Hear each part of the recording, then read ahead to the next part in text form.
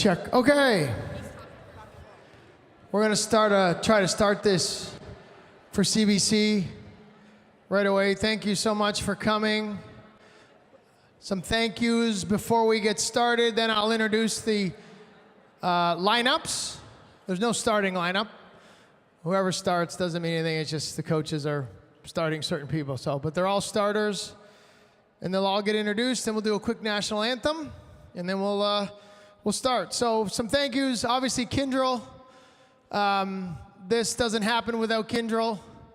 When I was looking to get this going again, they stepped right up, and it literally is not possible. So a big shout out to Kyndryl for making this happen.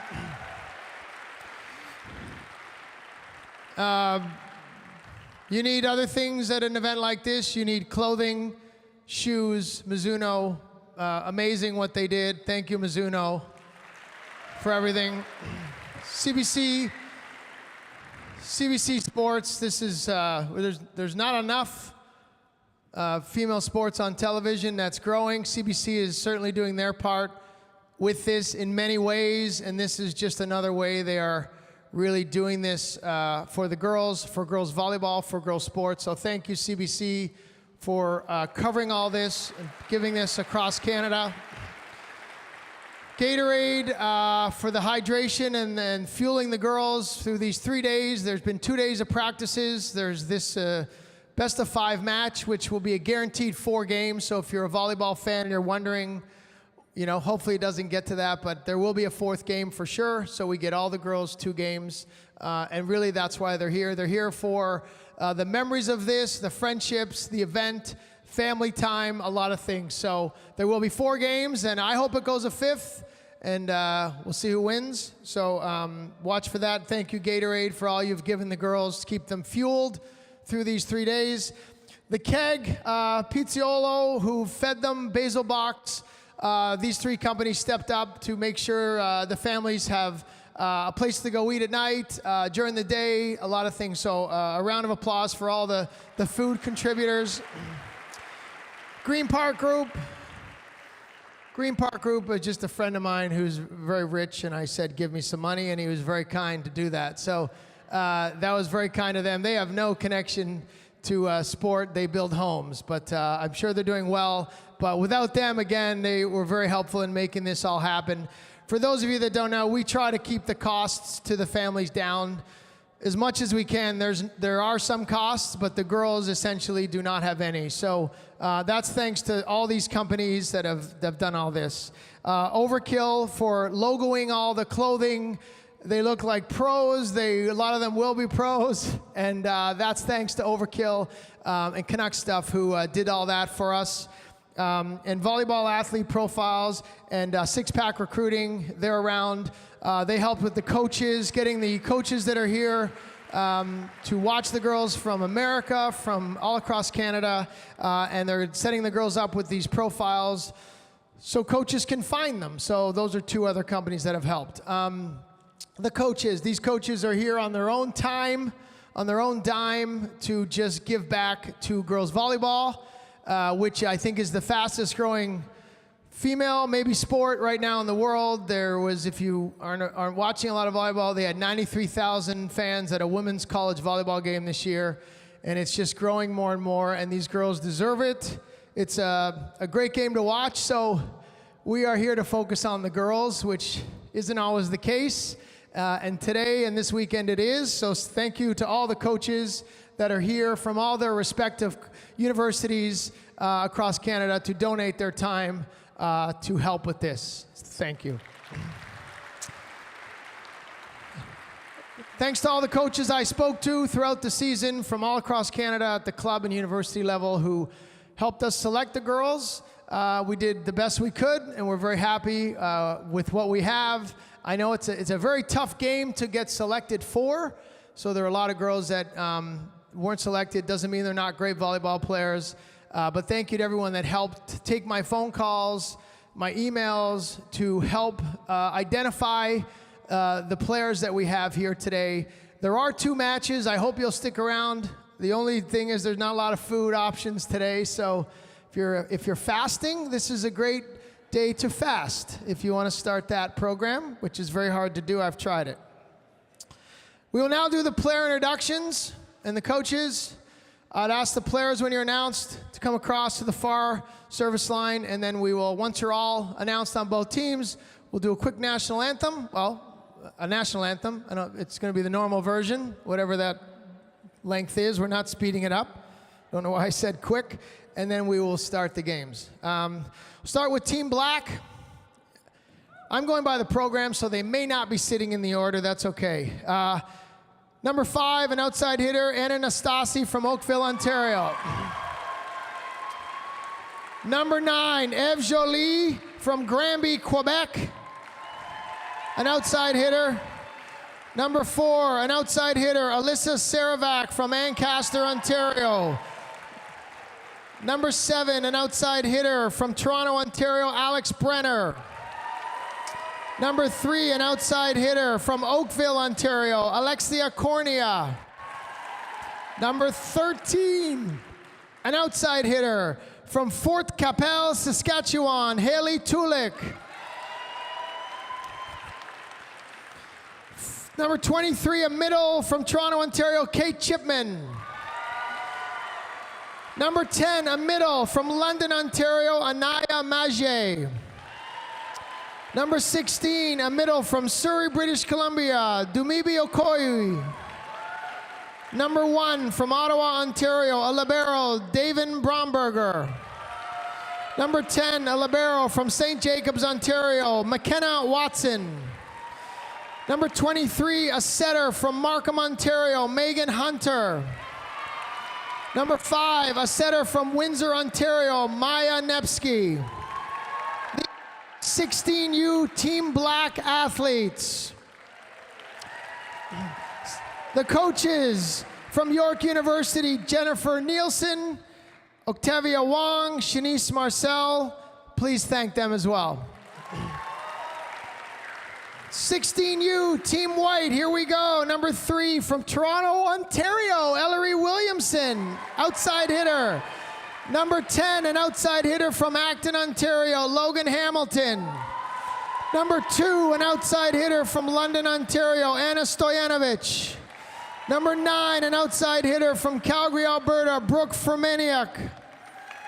Number 1, an outside hitter from Sherwood Park, Alberta, Julia Tuckwood.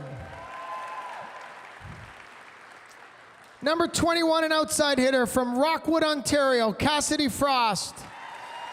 Number 11, a middle from Airdrie, Alberta, Nicola Gamlin. Number 7, a middle from Waterloo, Ontario, Ella Hope. Number 10, a middle from Winnipeg, Manitoba, Kyla Finley. Number 12, a libero from Whitby, Ontario, Taylor Sleen. Number 13, a libero from Calgary, Alberta, Ashlyn Gent. Number 11, a setter from Vancouver, British Columbia, Isabel Cunha. Number 88, a setter from Oakville, Ontario, Joey Wilson. Your coaches from Queen's University, Sarah Moss. From McGill, Andre Gendron. Thank you, coaches. This is your 16U Team White. Thank you to the officials who are here today as well, and we will now turn and I think face this way for the national anthem. Play well, girls, have fun.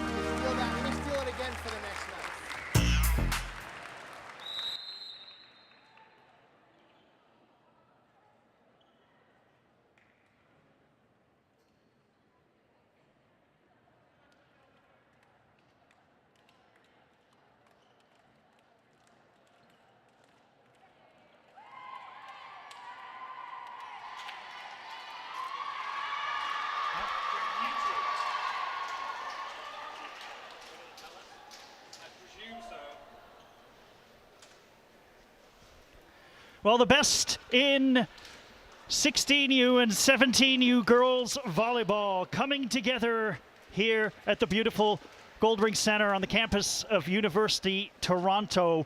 All-Canadian, all-star volleyball here on CBC Sports. Good afternoon, everybody. Steve Clark alongside Julie Gordon and, well, the elite of 15 and 16-year-old girls volleyball right here today. We're going to start with the 16U game. Team Black versus Team White. What a coming together for all these great athletes. Oh, absolutely. These girls have been looking forward to this event for a few months now, and you can expect some massive plays here, some big digs, big swings, and even bigger blocks. So you can guarantee the girls are looking forward to this game. And you being a coach in the club program, familiar with some of the athletes and the caliber of athlete we're developing in volleyball at this level is incredible. 100%, and these girls know each other very well. You know, a lot of them are involved together at the provincial team level as well as at the National Excellence Program, the NET program, and as well as the youth national team. So we'll see a little bit of cat and mouse playing here with seeing if girls can do their regular shots or if they need to change it up a bit. We'll get to the starters momentarily, but we are just about ready to get underway. Isabel Kuna serving for Team White. Set up in the middle, Okoye can't finish. They'll go with a little pipe move on Team White. Hunter sets, and first point, courtesy of Eve Jolie from Granbury, Quebec, goes to Team Black. Ev going big high off the block here, and it's good to see maybe getting involved right away on running the middle. We'll try to get her a little bit more involved here. Megan Hunter, first server, lines it up, the lefty right to the heart of the White defense. Right side for Maniak with the kill attempt. Now they'll go down the line. Nastasi, great block. And then Okoye gets up for a block. Fantastic dig by Fermaniak. And this is why we came. Okoye denied in the middle. Gamblin and Kuna were both involved. Tied at 1. Look at Taylor Sleen just strapping that dig on here after managing the serve receive. London, Ontario's Anna Stojanovic on the serve, floating serve, back court. They'll set it up and hit over by Nastase. And then a long hit by Fermaniak off of the defending hands of the black team. 2-1 Team White. We'll see if she continues to challenge that block here with some early success. So Stojanovic from the right corner. Jolie struggled on the return.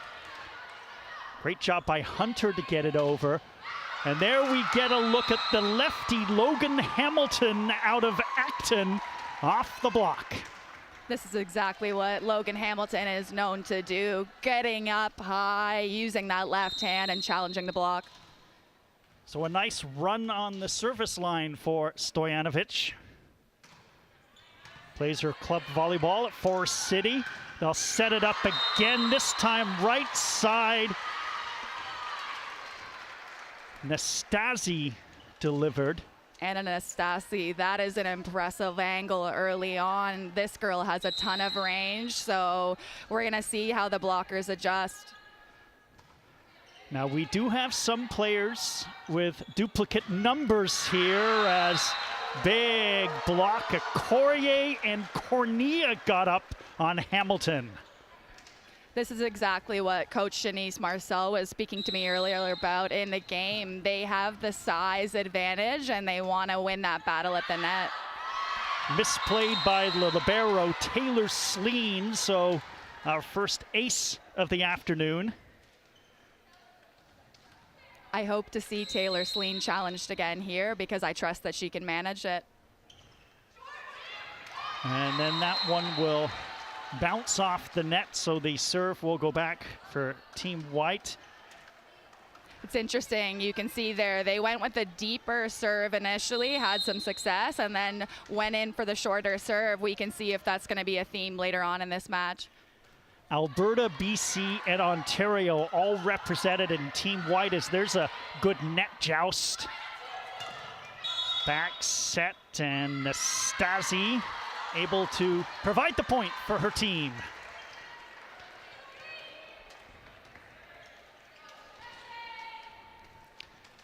Dumaybe Okoye from Surrey, BC to serve. We have a middle serving here, so we'll see if the white team here tries to put the ball to Dumaybe to defend. Nice attempt by Fermaniak. Jolie was there to defend. Hamilton can't complete. Nastasi, too much power for Stojanovic at the back. Nastasi doing an excellent job with her feet there and closing off on that ball quickly. We are usually looking for a little bit more height in transition there, but I love to see her being so dynamic and continuing to swing aggressively. Okoye drops one back left corner. They'll set it up for Fermaniak. Okoye defending, then right in the middle. Hope finds a hole in the defense. Okoye with a big initial dig that I think she was surprised herself. She wasn't ready to recover and play the tight ball off her big dig. These are best of 5, but the teams are guaranteed 4 games here this afternoon. Jolie on the return. Nastasi down the line, too strong, and tied at 6. White getting the serve back.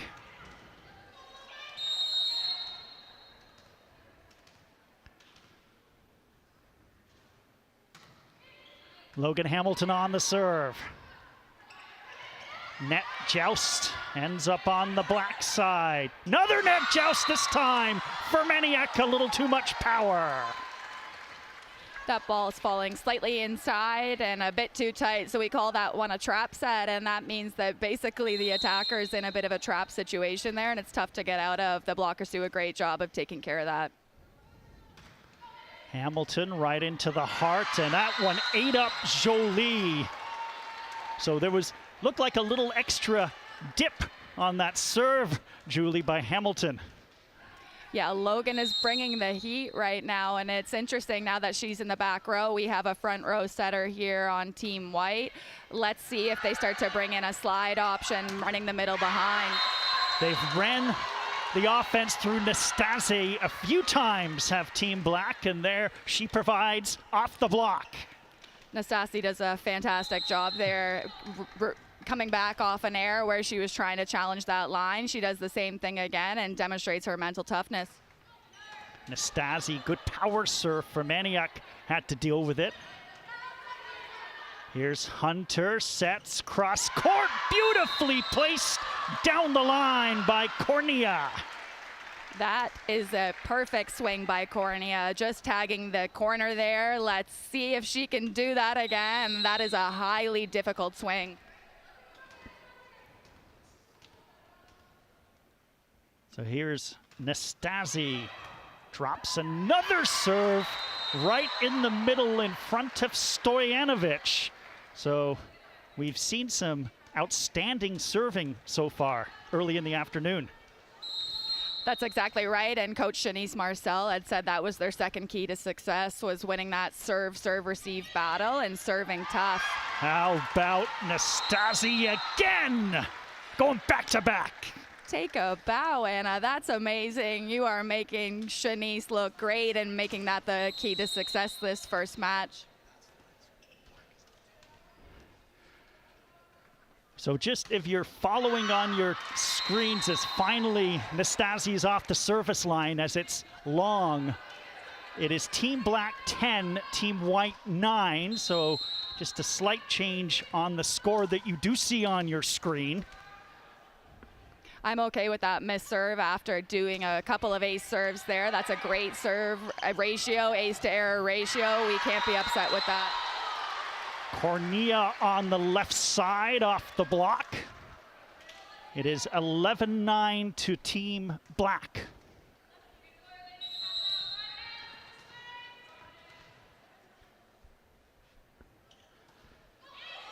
Cornea into the net to make it 11-10 for Team Black.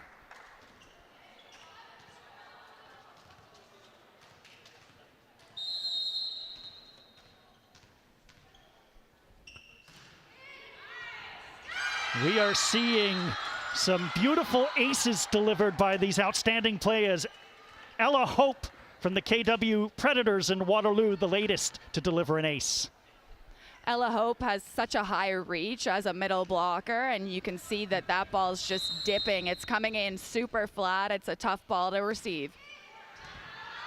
Another great serve, but a diving play made by Braunberger, but she couldn't recover a second time to try and defend. Braunberger wearing the libero jersey.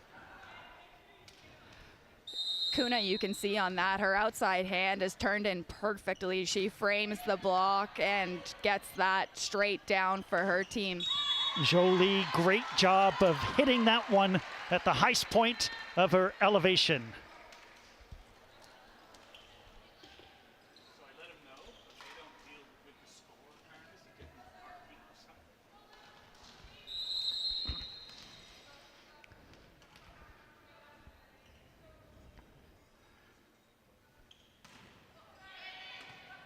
Nielsen on the serve, and then it's bunted over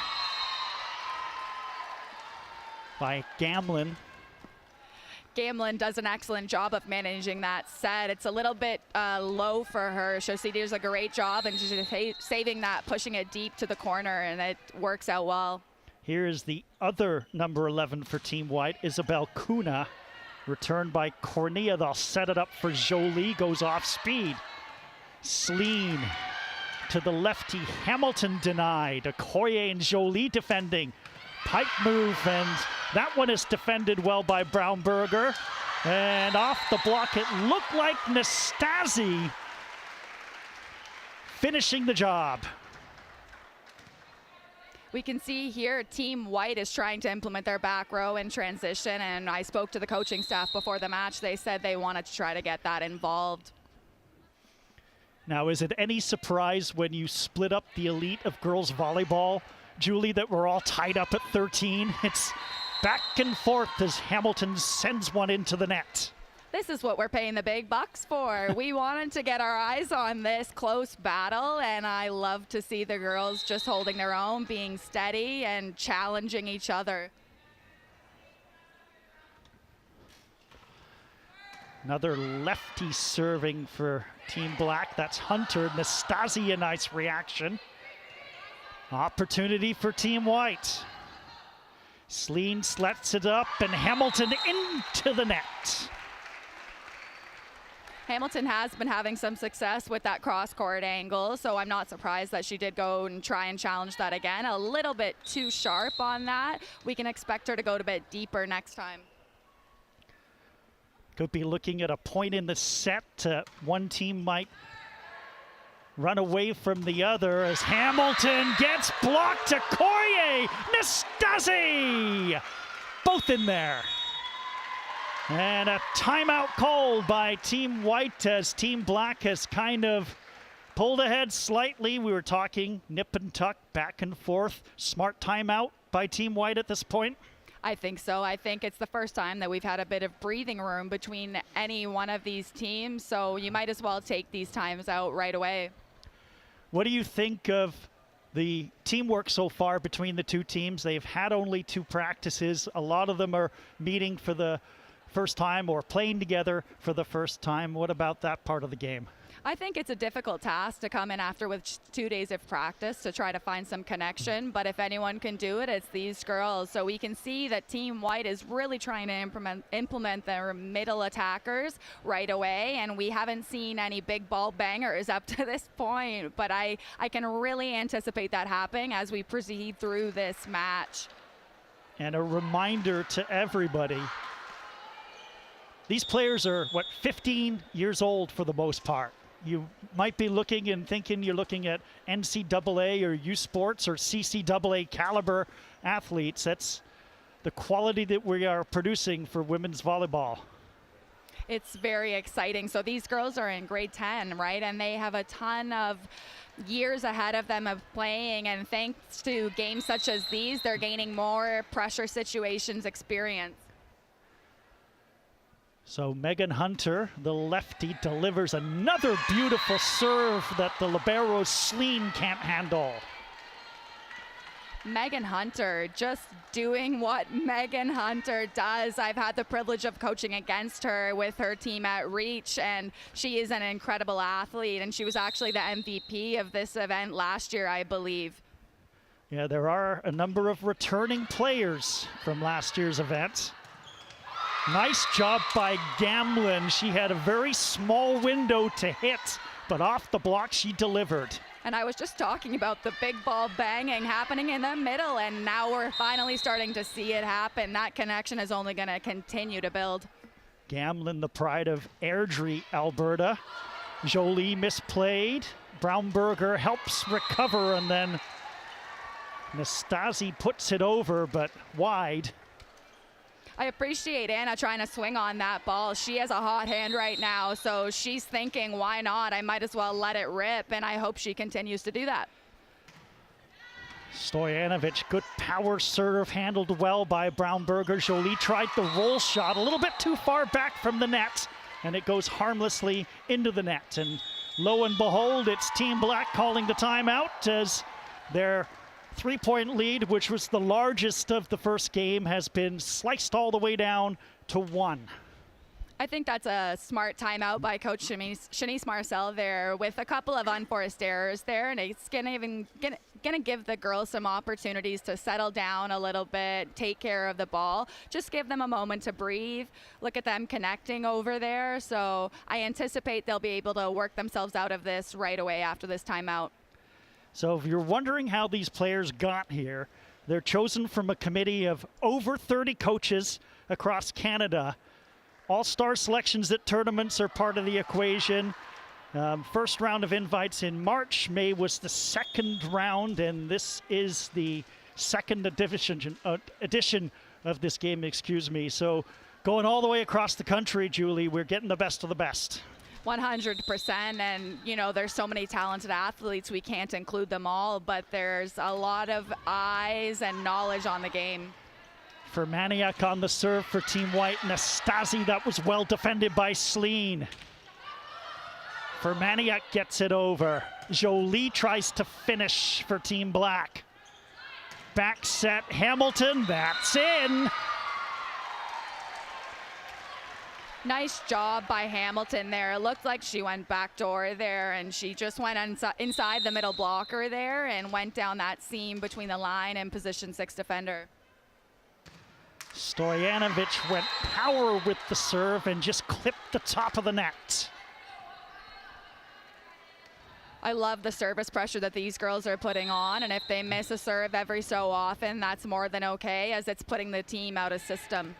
Ave Jolie with the serve, and right in the middle, served up on a platter.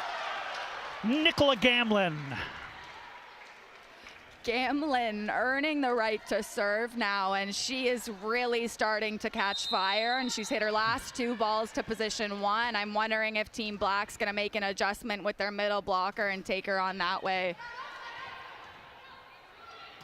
Set up on the left side and through the block. Alexia Cornea, Lakeside Club, hometown of Oakville.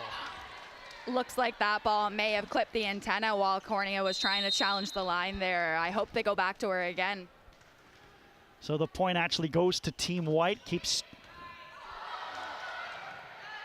Gamlin on the service line, and a nice shot by Nastasi, who was flat-footed and away from the net, but still delivered. Nastasi takes some heat off that ball, recognizing that she's out of position, but when you have a hot hand, that's what happens. Everything turns to gold. Do maybe a Courier on the serve, and tough one for Sleen to handle. So it's an ace. Okoye with a big reach there and doing a great job of putting the pressure on the passers. Courier, cross court, beautiful serve. Fermaniak handled it and looks to finish. Okoye, Hunter, and Cornea gets it over. Well defended, Stojanovic. Fermaniak a little bit leaning back. And off the block, finally it was a great block. Looked like Hamilton got up on the denial. Tied at 20. Ella Hope closing the block, doing an amazing job there as a middle blocker, but let's not forget about that transition set that she just made there with a little jump set action. Love to see it, Ella. Lefty Hamilton set up for Nastasi. Sleen races in, a great alert play in the middle. Kuna looked like, or was alert. Sorry, that was a duplicate number 11, so I had to wait. Yeah, for folks watching at home, as you can see, there are some duplicate numbers, and that's a result of all of the girls having the privilege of wearing their normal jersey number that they represent at the club level. So it's an all-star game, and that's what we love to do. So there, if you were wondering why, that's the reason. So one of the 23s, Kate Chipman, finished that one in the middle. Stasi on the serve. They'll set it up. Beautifully done by Fermaniak. Fermaniak does a great job there. That serve is coming in super hot, and she recognizes that she's caught out of a position. She holds her platform for a long time and puts some height on that, and it is able to swing out of that. So Fermaniak out of the Canuck Club, Calgary, Alberta. Jolie on the return. Nastasi across Cornea. Tough set for her. Goes into the net, and Team Black 2 points away from set number 1. And with that, Team White will call their second and final timeout of the set. Smart one. Can't carry the timeouts over, so this is key point, obviously, in the set. 100%, and I think that the biggest breakdown that I'm seeing right now is simply in the serve-receive battle. If we can get a little bit more simplicity with our pass and get rid of the zeros and just looking for more one passes. So a one pass would be something where it's pass into high in the middle of the court, and we can trust our pin hitters to kind of hit out of that. We don't need a perfect 3 or 4 pass, simply high in the middle of the court and allowing our swingers to give us a chance and earn the ball and earn the point back on defense. Should note, this is also kind of the tail end of a very long season for many of these club players. I believe there were some provincials played recently, so for them to get back up and do outstanding competitive volleyball is a testament to them. Yeah, so national championships occurred less than, I think, 3 weeks ago, 2 weeks ago maybe, and these girls are used to playing a ton of volleyball, but they've definitely earned some time to rest. And, you know, the beach season's approaching, and some of them are playing on the youth national team. Fermaniak on the serve. Clever play by Hunter to try and sneak it in. Down the line! Oh, what a shot by Chipman! Chipman absolutely elevating there on that slide run and transition and challenging the line. That's a great play, and I'd love to see her doing that a little bit more as we progress. Alexia Cornea, middle set into the net. They keep it alive, does Team White, and now it's Team Black in full scramble. Braunberger, the libero, gets it over. Hunter sets it up. Roll shot attempt by Jolie, and then pounded long by Hope. Did it hit hands? Team Black's point.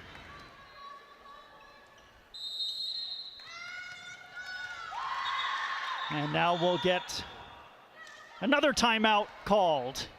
I think there was a little bit of confusion there. Ella Hope recognized that the referee missignaled which way that the point went, and she wanted to take full advantage of that. Why not, girlfriend? Let's try and get the points while we can, right? But unfortunately for them, the set was a little bit low, and Ella put that a little bit long. So once again, Ella has a massive reach. She's a fantastic player. That set needs to be a little bit higher for her to be able to have her connect a little bit. Look inside Team Black's huddle. Shanice Marcel, Jennifer Nielsen, Octavia Wang, all from York University, and Hall of Fame credentials really on all three of them. I mean, Shanice Marcel played for the national team, played pro in Germany, Dresden, 5-time national champion with UBC. Just your average, everyday volleyball resume. Shanice is an amazing woman. I had the privilege of playing with her as one of my partners in our beach volleyball career, and she is a wealth of knowledge, and the emotional stability that she can provide is like no other. Stojanovic down the line, wide, so it's set point for Team Black. No timeouts for either team. Alexia Kornia to serve. Did that clip the line? No, just long. We're tied at 24, and you do have to win by 2 clear points. That was a brave lead by Taylor Sleen, but she knows the court dimensions, and she didn't second guess it. Ella Hope, bit of a jump serve, Braunberger. Taylor sets it up, Jolie off the block, set point number 2 for Team Black. Jolie is absolutely fearless up there, swinging high, hard off the hands, and it's working well for her. So a second attempt for Team Black to close the deal. Good dipping serve in the middle. Gamblin kept alive, but that's the 4 hit. Set number 1 belongs to Team Black. What a great set. 26-24. Going into overtime in our first set, we couldn't have expected anything else. We knew it was going to be a close battle, and that's exactly what we had. President of Kyndryl Canada, Faraz Tarvani, will come and join us. We'll just do a switch of the headset.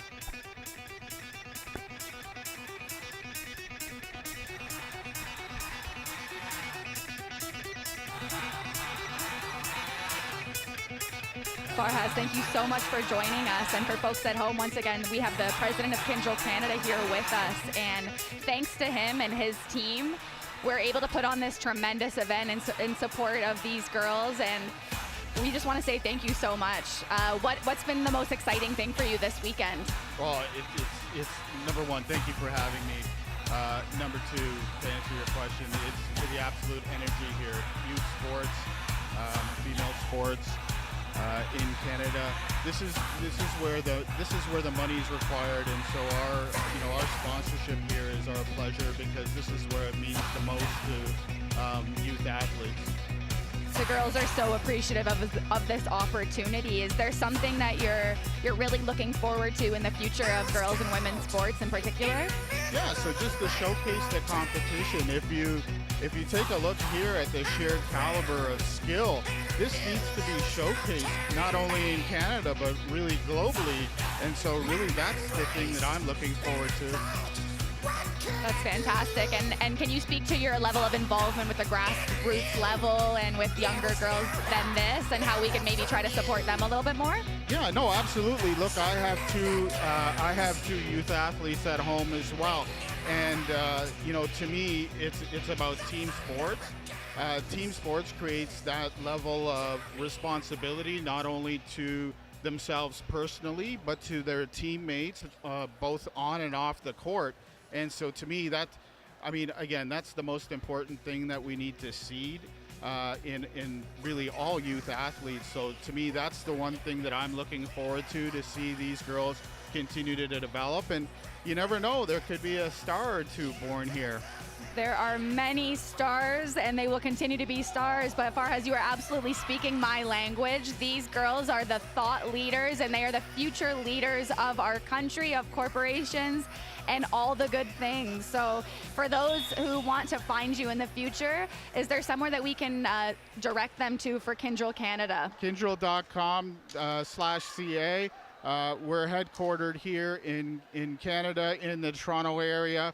But we're also a very global company, and so you can find us online. It's not very hard. Yeah. Once again, thank you so much, Farhaz. We really appreciate you taking the time to be with us today. Our pleasure. Thank you for having me.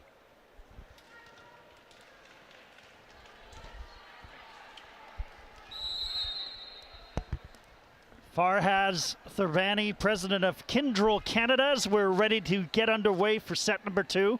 Team Black serving. They won set number 1, 26-24. There have been some changes on the team that we will bring you as the set progresses. There's Julia Tuckwood, first attempt for Team White. My guess is pretty balanced court time for all these outstanding players. That is my understanding of the situation as well. So we are guaranteed to be playing 4 sets minimum regardless of what happens. And this gives the girls the opportunity to showcase their stuff and have some fun. And if we get to that 5th and deciding set, we know that everybody is absolutely competitive, and you can guarantee these coaches are playing to win. Cassidy Frost couldn't deliver off the block, so the other number 5, Maya Nepsi, is serving.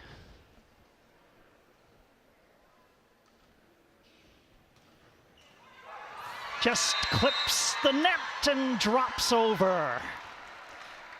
Unlucky start here in serve receive for Team White, as they've been coming off the bench, but it's their responsibility to get engaged as quickly as possible, so I can guarantee that they're going to sort that out right away.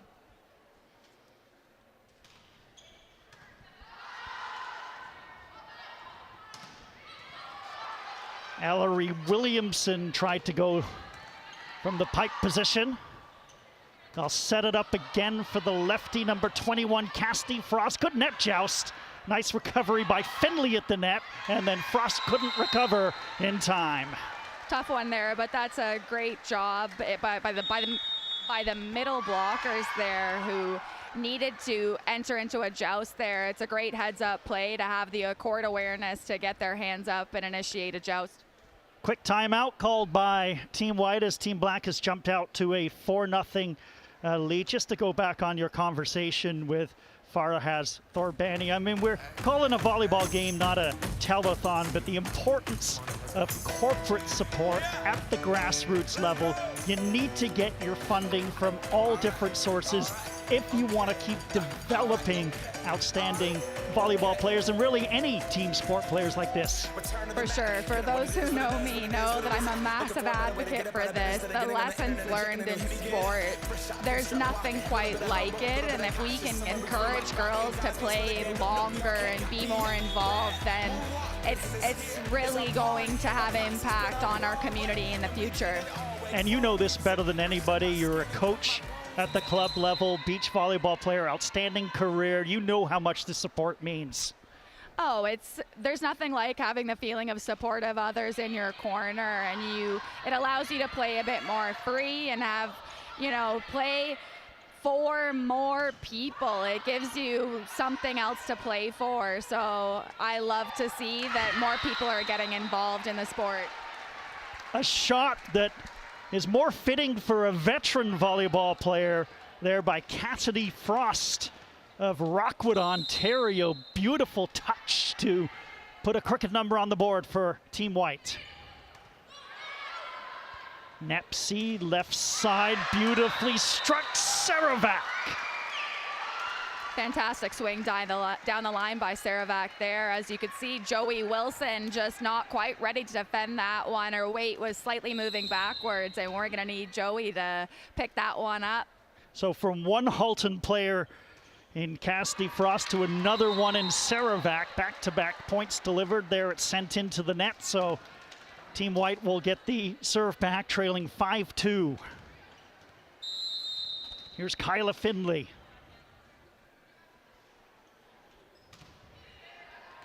That one just kept on sailing and will go long. Kyla Finley is a fantastic athlete. It's my understanding that she's a multi-sport athlete and is involved in track and field as well, and holds some provincial records and has won a number of medals. So it's very fun to watch her. Kate Chipman on the serve, and launching herself was Ellery Williamson. Might have been a little timing or communication issue. Point for Team Black. 7-2 lead for the team in black. I'll note here that Joey Wilson and Ellery Williamson have some experience playing together on the Phoenix Legacy team, so we can expect them to establish a connection fairly early on. As you can see right there, Joey goes right back to Ellery and she terminates. Just off the block as McGear was trying to defend. Cassidy Frost delivers a lefty serve to the backcourt. In the middle, attempt made by McGear. Williamson with touch. Diving play, Nepsy. Far back off the net, Saravac. Tough shot for her as she sends it into the net. Yeah, tough swing indeed. The ball's falling off the net. She's falling backwards. But I want to highlight the serve reception by Alex Brenner there. She did a fantastic job clearing her hips and holding the platform super well. Cassidy Frost, another tough serve. Shot off the block by Brenner. Opportunity Team White, and again finesse by Ellery Williamson. Ellery Williams doing an amazing job. Ellery Williamson, you are a star. She has the range. She has the volleyball IQ. You can see she's challenged the block. She's rolled to the pot, and she's done a short tip over the block. She really can do it all. Nice job by Cassidy Frost at the service line, bringing her team to 8-5. That last one crashing into the net. Here's Alyssa Saravac. Halton Hurricanes, hometown of Ancaster, Ontario. Set up in the middle. Oh, what a great dig attempt by McGear, but way too much power from Ella Hope. This is what Ella Hope does an amazing job of. She is just massive out there with a high reach, and she can terminate balls once she can get the connection. That's great to see.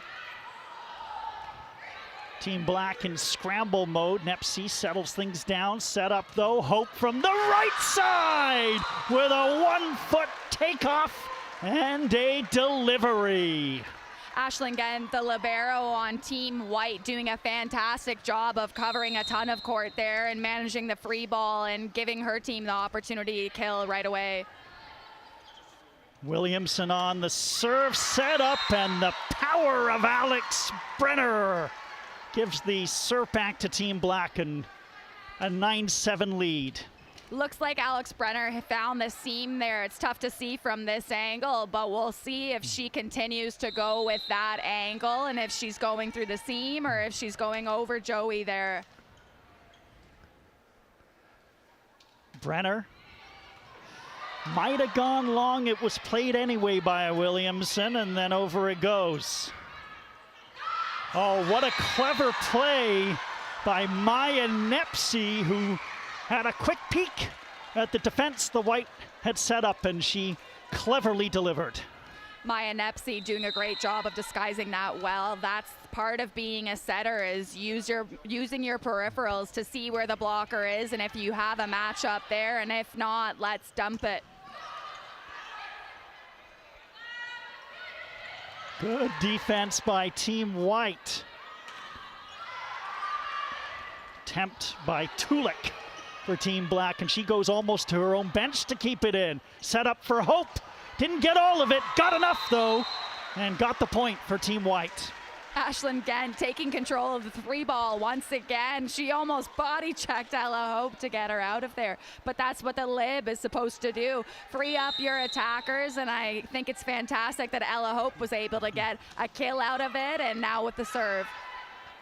High floating serve for Hope. Tulik with the defense, and The point will go to Team White in the end. It's looking a little bit rushed on the side of Team Black over here. I'm hoping they can put a little bit of height on the ball and find a source of stability in their pass set here.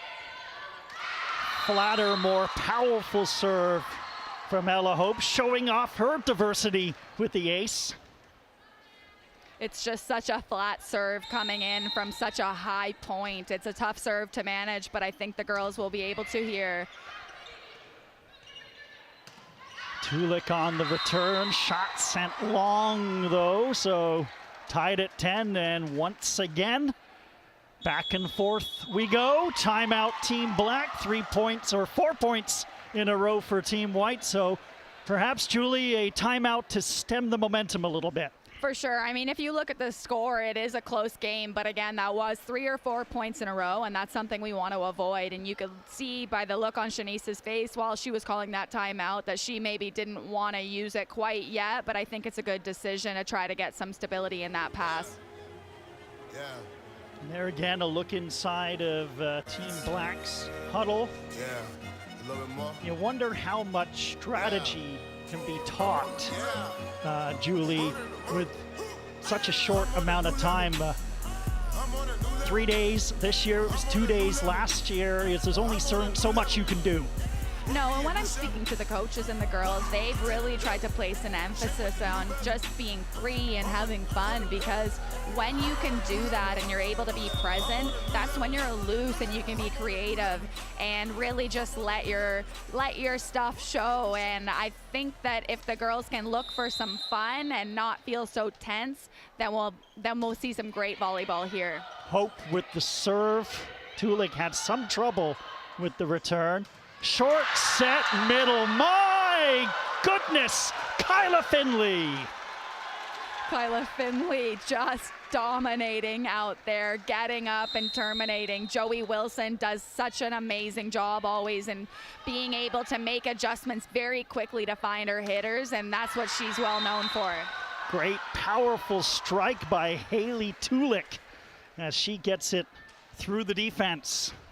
You can see Finley and Joey Wilson out there trying to communicate on how they can make some adjustments to that block. Anna McGear on the serve, gave Williamson some trouble. Tuckwood down the line. Had a lot of power on it, too much power. The serve is coming quite flat, and it's really going midline on Ellery Williamson there, who couldn't quite drop her shoulder to get some play on it. And once again, it's the same thing there. So that's a great strategy there, is actually trying to challenge these passers high and at their head to see if they can create some space and pass a one and get out of it. It's McKenna Watson, I believe, on the service line, one of the number 10s. We'll clarify that as Team Black gets the point. Correction, it's Anna McGear. 50-50 shot, really, right? That is a challenging thing to make sure we have the right number here, but we're gonna get it right. Tuckwood can't finish. Tulik, good roll shot. Tuckwood, second attempt. Squeezed it through and over the net and through the block for the point. Finley and Wilson looked like they got a positive block touch there to allow their team to play some defense behind it and swing out of it in transition. So that's a great adjustment made by them. There's only one number 88, Joey Wilson out of Oakville. That's where she plays her club ball as Brenner misses a mid-range shot. All tied at 14, sorry. Sorry about that. I think that's a tough ball to swing on, as there's not much lead in that pipe set. So pipe being the back row middle option there. We need a little bit more lead to allow the attackers to swing out of it. Full scramble mode for Team White as they got a little confused. So Team Black takes the lead back. I'd actually love to see Team White take a little bit more time and reset and stay in that huddle for a little bit longer. Give themselves a little bit of breathing room there so that they can loosen up and get out of it. It's a bit too fast right now. Tuckwood couldn't get it completely through the block. Saravac gets it over. They'll set it up for the lefty and into the net, Cassidy Frost. Cassidy Frost does a great job there as a lefty on the left side in that rotation. Letting the ball come all the way across her and go down the line is a tough swing to make. She does a great job there. Was able to get the point on the violation, so back to the left side. Power by Saravac off the block. Love to see Saravac challenging the block. She is fearless and not afraid to go after it. Haley Tulik plays for the Huskies as her club ball from Fort Qu'Appelle, Saskatchewan.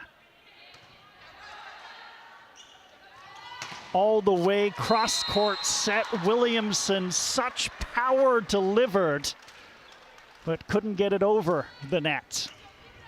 Trying to go with a really sharp angle there and swing opposite tee because she knows she can. Don't be surprised if she goes back to it later on. Team Black, that one sent long by Tulik, so it's 17-16, just as close in the second as it was in the first. Well, these are some of the most talented and most competitive girls in all of the country. So regardless of which athletes are on the floor, we know it's going to be a close battle. Tough back set. Nepsy, how about the job Saravac did? Launched herself athletically and delivered a power shot. Absolutely. Saravac knows that she's in a bit of time problem on that, so she does a great job of speeding her approach and arm swing up and going with the longest angle possible. Kate Chipman on the serve. Frost, the lefty, can't finish. Wilson, they go down the pipe. Tuckwood kept alive. Oh, what a play by Tulik. And they get the point in the end, Team Black. Team Black is fired up after that point. That's given them a few point buffer there, and they are celebrating hard. And a timeout call by Team White, and I mean, you're right, that is one of those momentum type points that the Team Black could keep on running with, so a smart timeout. I think it's a very smart timeout as we get to the latter half of this second set with Team Black being up 1-0. They want to manage their scoreboard appropriately here. So we're highlighting the athletes here. How about we highlight the commentators? Tell us a little bit about your volleyball background and who you're coaching with. Yeah, 100%. So I have the great fortune of coaching the Phoenix Legacy team as an assistant coach under the guidance of the one and only Tori Cowley. If you know her, is to love her. She's at home today. Her and another coach that we work with, Dr. Josh Finstock, a two-time Olympian. They're expecting their first daughter, so we're waiting to get the phone call at any minute. But Tori, if you call me, I'm sorry, I'm tied up at the minute. Yeah, I was going to ask, are you going to leave and run to the hospital if things develop? They have more than enough support, but it's all about these girls right now. Chipman on the serve, awkward shot from the back for Tuckwood. 20-16, Team Black. I would love for Team White to just keep things simple right now and try and gain a bit of stability. Passing a one, running a ball to the pin, and just going high, hard, and deep to get out of it. Let's see here. That's exactly what I'm talking about here. Williamson launched herself, well defended by Chipman, then Saravac sends it wide. But there's some clarification by the officials. Are they going to call a violation against Team White? Looks like they are. Interesting call there. I think there was a late net call by the up ref, actually. I didn't see the down ref signaling for that, so that's an unlucky one there. Pivotal point as well, 21-16, Team Black. Frost, and good power by Frost off the block, delivers a point, and an important one for her team. I think that something important to note here is just to go back to the simplicity thing. When you're playing with a group of girls you don't normally play with and you're starting to maybe lose lose a little bit of the momentum. Coming back to basics and finding some stability and connection and then growing from there would be an amazing, amazing idea. 22-17, Team Black, after Frost sent the serve wide. Here's Saravac, and it's in! That serve just completely dropped out right at the end line there. That was an impressive serve by Saravac. Team Black 2 points away from a 2-0 lead. Saravac clips the net. Short set middle for Hope is in. Ashlyn again does a great job there, adjusting her shoulders on the platform to create space to force the ball up to Joey Wilson and then get a great connection with Ella Hope.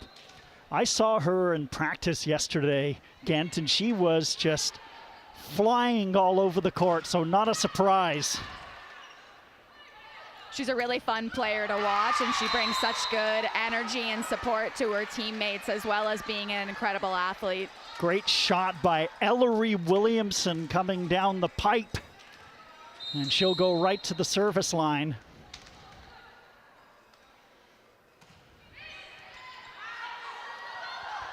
Miscommunication by Team Black benefits Team White as they start to climb back into this set. Tough serve by Ellery. She forces their passers to receive a one pass. Let's see if she can give it another tough serve here. Good serve by Williamson, handled by Brenner, but over it goes. Opportunity, Team White in the middle for Hope, and Hope springs eternal. It's 23-21.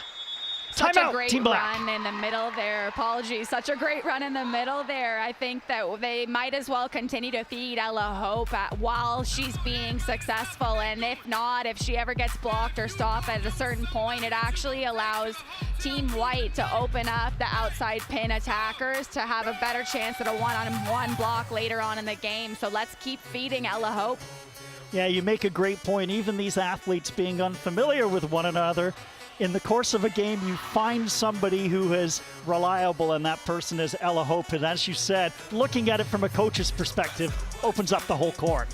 For sure. I think that the middle blockers on Team Black right now are going to have to respect Ella Hope, and if not, maybe even bring a supporter block to provide a flash block or some sort of support from their front row left side right now. I'm not sure who's actually up there right now, but then that allows for other opportunities to open up with a C ball, since we have Joey Wilson as a front row setter right now.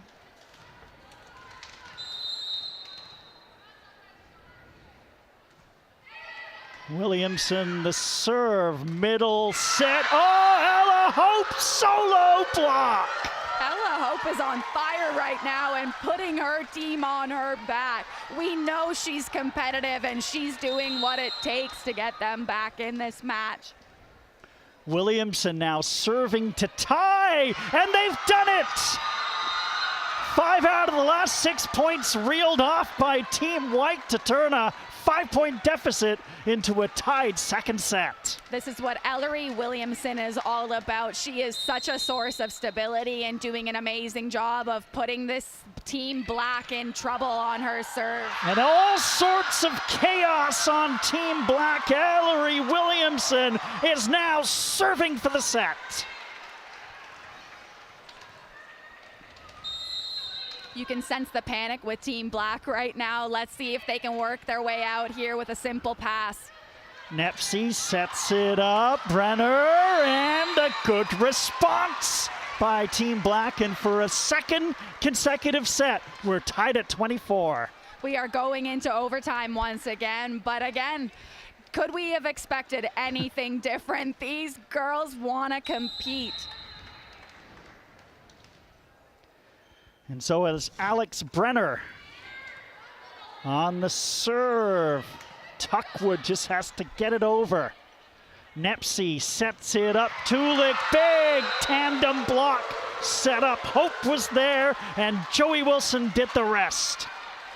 Joey Wilson doing a fantastic job there of fronting the left side attacker and just providing big, stable, strong hands and pressing appropriately to get the kill block. Oh, it's an ace of the excuse me variety, delivering set number 2 to Team White, 26-24. What drama. And of course, it's Ella Hope who gets the tape ace to clutch the second set. She is absolutely on fire. As I already said, she is getting kills, getting kill blocks, and now just ripping tape aces. Okay, we're going to bring Jerry D in. He's a big part of organizing this event. So, Jerry, just going to get you fitted with a headset there. All right. So did you draw this My up? dream job that I never got. Yeah. Did you draw this up? 226-24 sets to start off. You know, it's when you organize something like this, you just hope there's good matches. And so far, we're 2 for 2, right? One all, 26-24. It's great. You know, it's for me, whoever wins is irrelevant. It's a win for the girls, for girls volleyball. It's an event, right? It's to try to grow the game, grow girls sports, and I think volleyball is in a great spot right now. And it's just another little event to keep it going.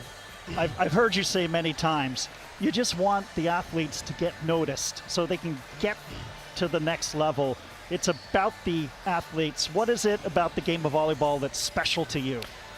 Yeah, my 3 kids all play. I was a very average high school type volleyball player. Started loving it in university, intramurals for fun. And, you know, when we were filming Mr. D, we filmed in Halifax. My oldest daughter was 7, and we put her in a volleyball camp. And it was, the rest was history. The next daughter followed her. The son, you know, they all tried different sports. My oldest was a golfer. That was my passion, and she fell in love with this, and we're delighted. And now all 3 live in the gym and live on the beach in the summer, and we're now a volleyball family, which I never would have thought of, you know, in my 30s and, you know, when I was younger. How is kind of the sport and how it's approached and the development changed since you put your daughter in at age 7? Yeah, I mean, I think, you know, when you had 93,000 fans watching a Nebraska college game, I think the world took notice. And I think the girls' game is an exciting game. So girls are more attracted to it. And with that, you get more people interested. Training gets better. And everybody's just focused. You know, there's an opportunity for these girls. There are more pro leagues coming up around the world, North America in particular. And these girls are, you know, a lot of them, most of them probably hoping to play at the collegiate level after this and then, you know, figure out what's next. Real quick, one more. I mean, you're a proud father. Your daughter's playing in this tournament, and you're a proud organizer because you do a tremendous amount of work to make sure that this gets on the court, on CBC, and all the great sponsorship. Yeah, I mean, it's fun. It's a very fun thing to put together, and the girls and families are just so appreciative. It makes it all worthwhile. But it's really, you know, Kyndryl that led the way here to fund this. You know, unlike a lot of sports, the girls are covered, their costs, their uniforms by Mizuno, their food by the various sponsors helping. But, you know, Kyndryl really stepped up, and they're really trying to help. You know, and they're doing some other great things in their business world and offered these girls some opportunities to learn more about that. So it's more than just volleyball. It's getting these girls to the next level of life and business. And Kyndryl has just been great to get this off the ground. So. Well, Jerry, hopefully you get a chance to enjoy some of the volleyball. I know you're running around doing a number of things here this afternoon, but thank you so much for everything you do for the game of volleyball and for the great spectacle we're witnessing here this afternoon. Thank you. I'm not doing as much as many others, but including CBC. So it's great that you know, you and them are doing this for us and the girls, and I'm very appreciative that CBC is putting this on for us. So thanks to them as well. Thank you so much. Enjoy. All right, let's watch some games. 3-1 black as we start off set number 3.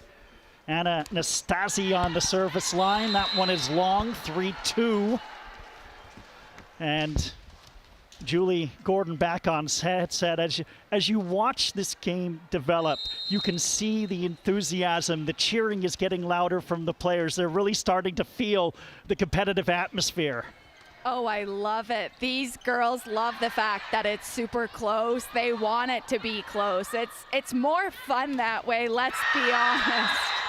And how about Jolie and Watson getting up for the block? Or McGear, excuse me, getting up for the block.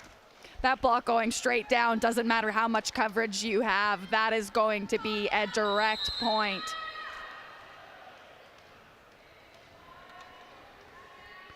McGear on the serve.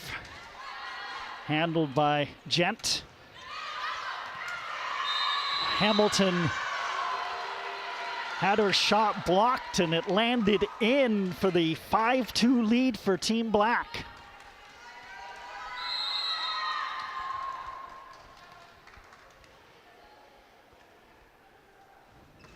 McGear, hard serve. Stojanovic did well. Finley gets it over. Set up left side. Oh, what a shot by Jolie. Jolie doing exactly what she needs to do when her Team Black is receiving a free ball. She handles business there and gets a direct kill. Second straight set that Team Black has got off to a quick start, and there's that power from Kyla Finley in the middle. Kyla Finley has such a whippy arm swing, and the fact that she is absolutely flying out there makes her very difficult to stop. I was looking for a word to describe her play. Whippy is actually a fantastic way to describe. It's a tough ball to block when you have someone with such a whippy arm swing, because your press on your block needs to be that much faster.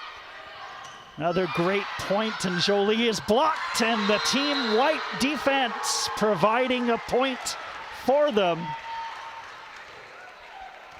Team White is looking to come alive here, and when coaching or talking with their coaching staff prior to the match, they said to look out for their cheer squad, and I can absolutely see that happening right now. Isabel Kuna outstanding on the defense, and more great defense for Menyuk. Right down the pipe, but that's responded to, and off the block. Beautiful work done again by Team White with Isabel Kuna. It looked like Jolie kind of ran out of real estate there with that set coming in with quite a fast tempo. She wasn't able to speed up fast enough to put the ball over the net. Serve flattens out for Logan Hamilton into the net. 7-5 Team Black. Alexia Cornea to serve. Good power serve. Right side set up. Okoye gets up on Fermaniuk. Fermaniuk tries again, gets it through the hands of Hunter and Okoye for the point. Really impressed with Fermaniuk there, just continuing to challenge the block. She did a great recycle play off the block, is trusting her teammates, her new teammates, to cover her and have her back, and then goes right back to it and swinging high off hands, finding a seam there. Isabel Kuna on the serve, Braunberger on the return. Jolie with the roll shot, launching left-handed attack by Hamilton. Oh, what a shot, cleverly placed by the lefty Megan Hunter. Megan Hunter, that's an amazing dump by you, girlie. I can see that the libero on Team White here, Ashlyn, expected a dump to be coming with that tight pass, but Megan did a great job being a left-handed setter that she could just go backdoor and put it to position 4. Power on display more and more as this match progresses. Anna Stojanovic. It's so fun to watch. You can almost feel the energy continuing to rise as the girls are getting more and more competitive and putting even more heat on all their swings. Big defense and a very good attempt by Braunberger to try and keep it alive. Point will go to Team White though.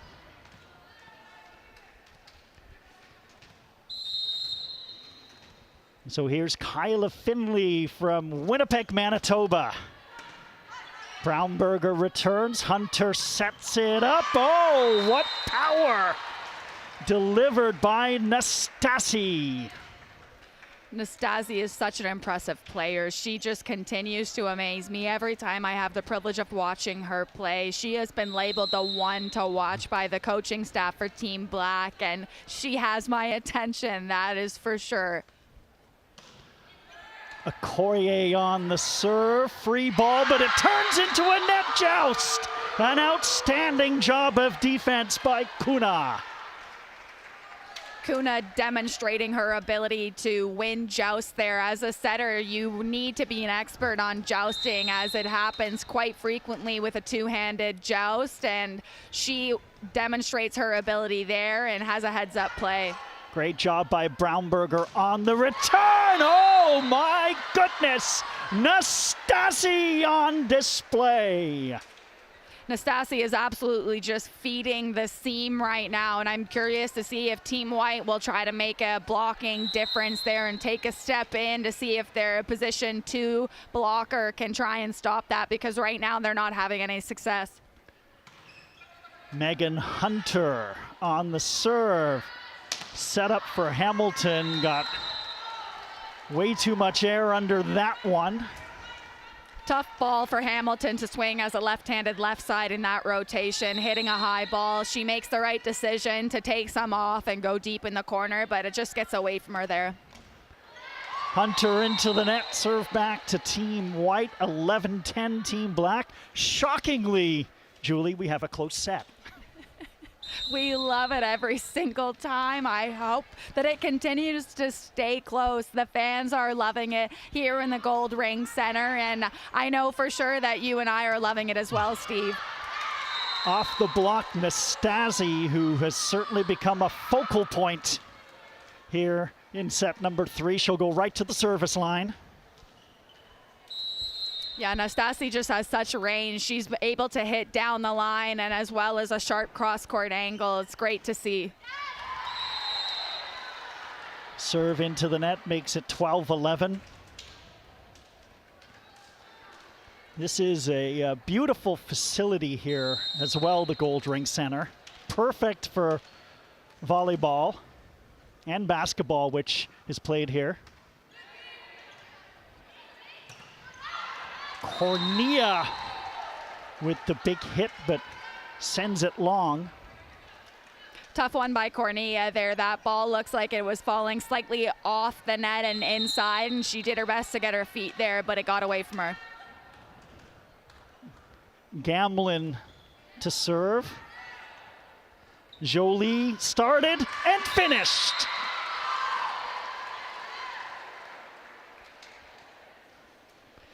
It almost looks like Team Black is really trying to expose the seam right now when their left side attacker is attacking, and they've had a few balls this set that's really going down hard in position 6. Fermaniuk just generated a tremendous amount of power that knocked McGear practically to the seat of her pants. That ball was packing heat, to say the least. It's very impressive when girls are able to tool defenders rather than tool the blocker. That just shows how much pace these balls have that they're hitting. Okoye set up perfectly by Hunter in the middle.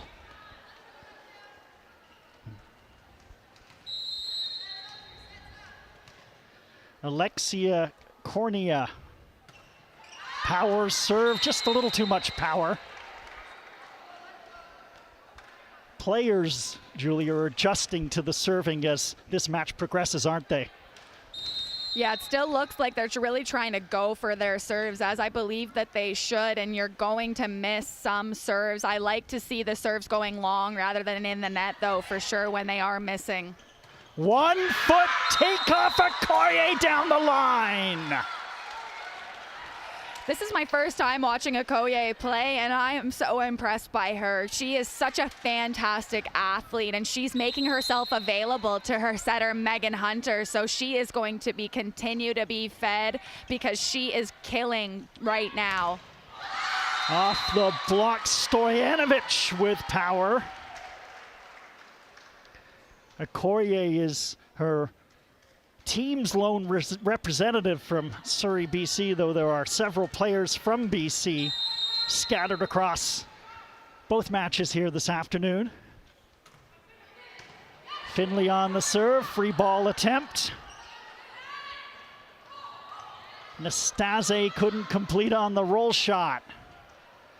Stojanovic down the line, and Cornea was there. Cornea, tough shot.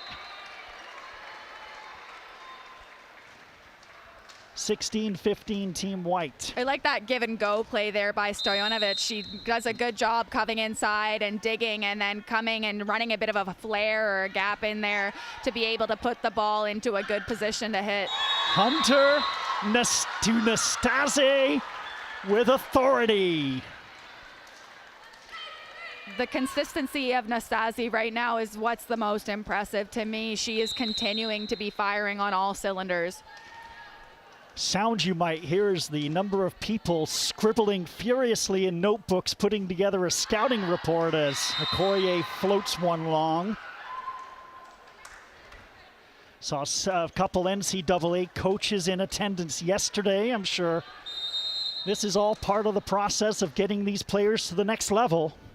I think it's such a great experience for them because not only do they know that many fans are watching on CBC Sports and here live at the Goldring, but there's also the pressure of performing in front of scouts when many of these girls haven't yet committed to college. But not surprising, these girls know how to handle the pressure of eyes on them. Nastase delivering again for her team. We're tied at 17. The first two sets, 26-24, one set apiece. In the middle, Gamlin kind of bunted over by Stojanovic. Hunter set. Cornea's shot well defended by Kuna. Just unlucky play there. Ashlyn Lalib was trying to go for it and take the second ball, but kind of ran into the middle there. Is that Gamlin there? She was trying to get out of the way, as middle should do in transition, but just unfortunate collision. Gamlin, great job. What a pancake by Jolie. And just dropped over by Logan Hamilton. I think they kind of got away with one on there. That maybe wasn't the correct set choice in my opinion, but then hey, maybe it was because they were able to get the kill out of it. But I think Logan was a little bit surprised by that set coming her way. Stojanovic long. Neither team has spent a timeout, and it's the third consecutive match that has been close. That's a great point, Steve. We might end up with this set taking a little bit longer than usual with timeouts being used after 20. So expect it to be more like a NBA or WNBA game where the last part of the set takes way too long. Fermaniak looked at that Nastase serve as it went wide. Great ace delivered. Gamlin on the serve.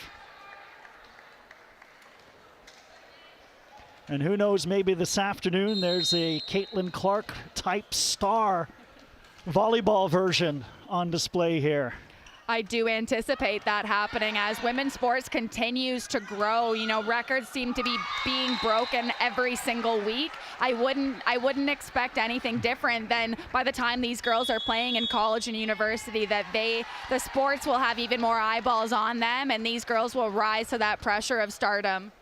First time out of the set being taken by Team Black. Team White leads 21-19, and you know, you see Caitlin Clark, crowds are tripling at the WNBA level when she's playing. PWHL just finished a successful first year. Women's soccer is coming to Canada, I believe, in the next year or 2 years.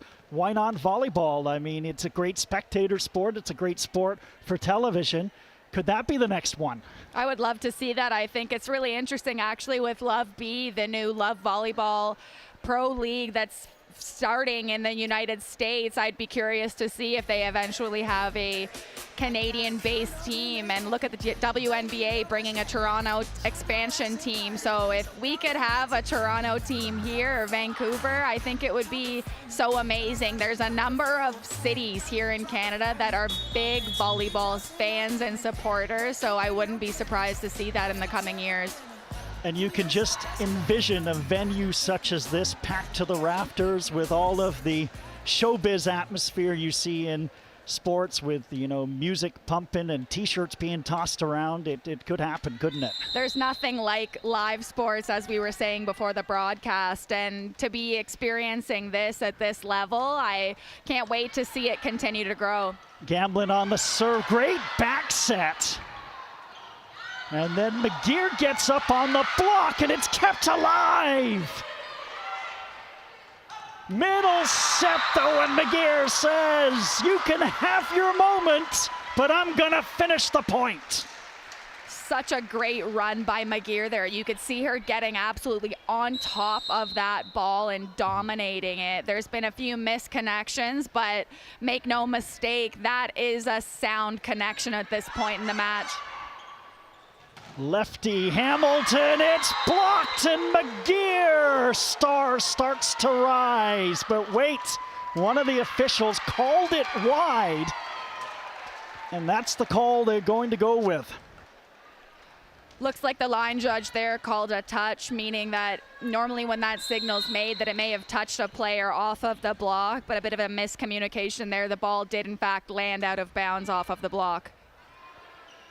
Hamilton on the serve. Jolie couldn't finish. And then Fermaniuk squeezed it through the block. Fermaniuk seemed to hang in the air for a slight second there, which forced the blockers to be on the way down when they were blocking, and then ended up have them being tooled. They weren't quite sealed to the net. Team White 2 points away from a 2-1 lead. Hunter tried to catch Team White napping. Finley denied. Hunter sets. Jolie gets it over. Fermaniuk defending. McGeer defending. Fermaniuk. Jolie to finish. Oh, what a shot by Jolie.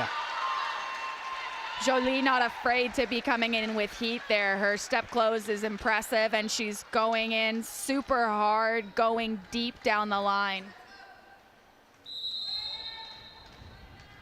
And Jolie to try and serve her team back in, and it's long! Set points await Team White. They'll go to Fermaniuk on the serve. Looks like Jolie was a little bit fired up still after that big swing that packed a bit too much power and went long on the serve. Let's see how she recovers here with the serve receive. Fermaniuk, oh, beautiful serve, great diving play, Jolie. They go to Nastasi. Here's Gent. Net joust, and we're still going. Stojanovic, Finley in the middle!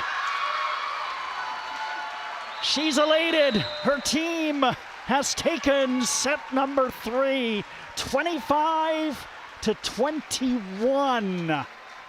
Such a great run by Finley there. And you know, the smiles on these girls' faces is what it is all about. This is absolutely why we're here this weekend, is to give these all-stars an opportunity to just be in joy and continue to be in love with this game. And you can see it. They're celebrating hard. They're making connections. And honestly, they're making some lifelong friends at this point. So this is so great to see. And it warms my little heart, Steve. Well, listen, I'm a high school teacher by trade. So not only do I love the camaraderie, I love the fact that these elite athletes are probably exceptional citizens, because, you know, managing academics and managing elite sports, it's a process, especially for these guys. I mean, these grade 10, maybe grade 11, it's a tough time, you know, in terms of high school. So their ability to balance as well is fantastic.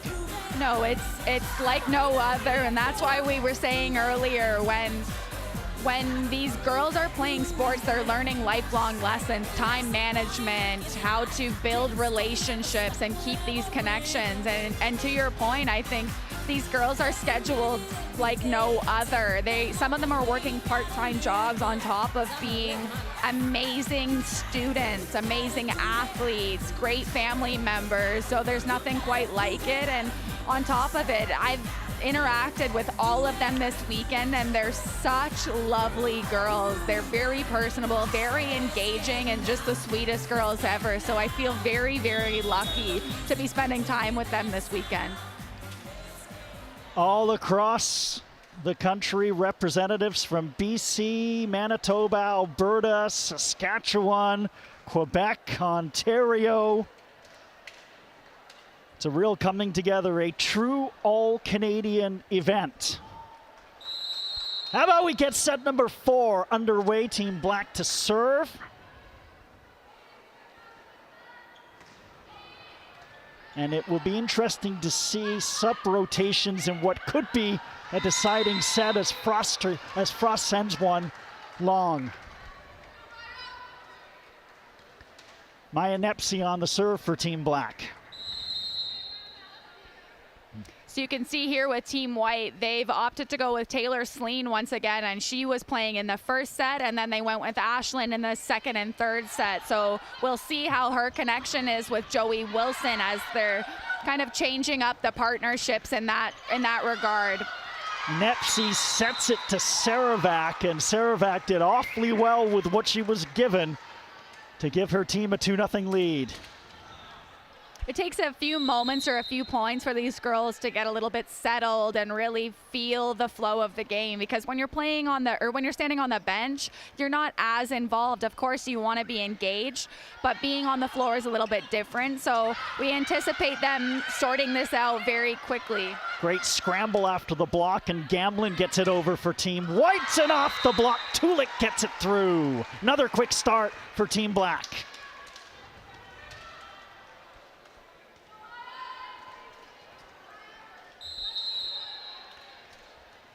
Maya Nepsi from Windsor, Ontario, making the trip down from the border city. Good shot from the middle, Ellery Williamson. Power by Saravac, Sleen defending Williamson. Oh, right into the heart of the defense. Ellery Williamson running the pipe option and once again demonstrating her high volleyball IQ and just tipping the ball to the pot there. No one's coming even close to it. Julia Tuckwood from Sherwood Park, Alberta on the serve and a big block. Looked like Cassidy Frost was the one who got up.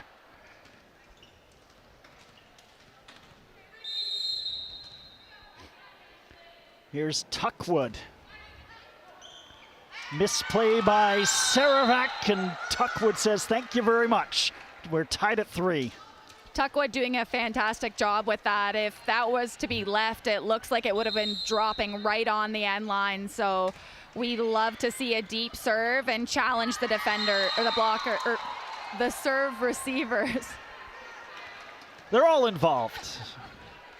Nepsi couldn't keep that one in play, so good pushback by Team White, 4 points in a row. Tuckwood on the serve. Nepsi sets it up, and a great pancake, and over it goes. Wilson with the pancake. Tuckwood got it over. Shot goes wide. And Team White scrambles for the point, or do they? Lots of confused looks. No, they're going to give the point to Team Black. Nope, they're going to give it to Team White. Referee doing hand signals. Up ref trying to get us to all do the Macarena at this point, but no one's jumping on board. She did, in fact, signal the ball being out, but just kind of signaled the ball going the wrong way. And for the record, nobody should be doing the Macarena. There's an ace, as 6 points in a row now for Tuckwood. Off the serve, timeout taken by Team Black. longest run of the game. 6 points in a row for Team White. All with a serving of Tuckwood here. She's doing a great job of pushing the serve back deep in the court, and it's really having Team Black serve receivers challenged. I don't think that they're really doing a great job of clearing their hips and allowing themselves to have some space. It almost seems like they're getting jammed a little bit, so I'm curious to see if Team Black comes up with a different solution here, maybe starting their reception line slightly deeper, bringing in forward passers, or maybe even opting for a hand pass rather than with the platform. Well, Team White really feeling the pressure here this afternoon, Julie, as they dance up a storm on the bench. Vibes are good here with Team White, and they even have me bopping my head up here. I love to see it, girls. Honestly, I just am having the best time. They were out of their huddle awfully quick so they could set up their elaborate choreography. It's always funny to see that, right? When things are going well, you want that momentum. You want to get out there on the court, but regardless, the timeout time is always the same. Tuckwood serves to the back court, handled by Brenner. They'll set it up for Saravac, and she gets it sent back. Great job by Ellery Williamson there in bringing her front of the block inside. It looked like that set was falling inside, and she did a great job watching her hit her. Finally, Tuckwood is off the service line, and Team Black will get the side out on the serve back, but they trail 7-4.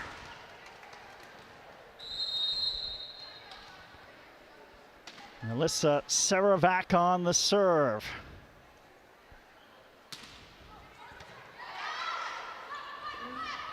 Williamson rolls shot into the net. 7-5, Team White. Saravac putting Team White in some serve-receive trouble there with her high, flat reach. She's able to make that flat serve come out. Saravac handled by Sleen, and nice adjustment by Gamlin. And then almost a beautiful block. Cassidy Frost just couldn't keep it in play. I still think that's a great block regardless of the outcome. I think that sends a message that the blockers are there to stay and that the hitter got away with one there. Let's see how that battle continues as we progress through this fourth set. 3 in a row by Team Black. That will end with Williamson. Taylor Sleen celebrating so hard there with Ellery Williamson that Ellery was taken by surprise there. But Ellery, that's what you do. You have the fans and the players fired up.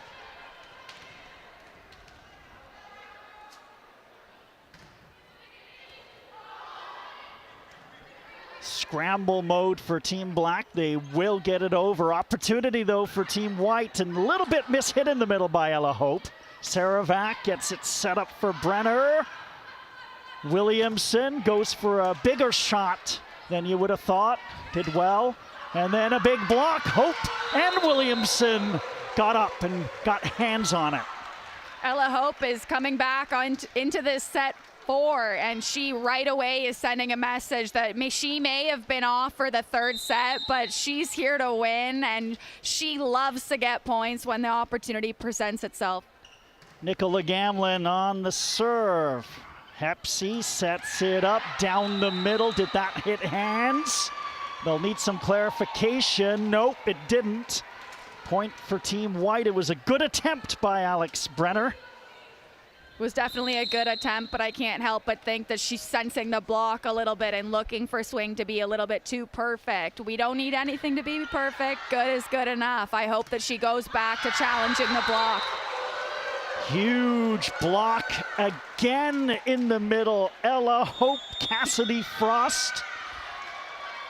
Team Black is definitely sensing the presence of Team White's block right now. So Coach Shanice has called a timeout for them to talk that over and see if they can come up with some more creative strategies to tool the block or run some plays or implement some off-speed shots.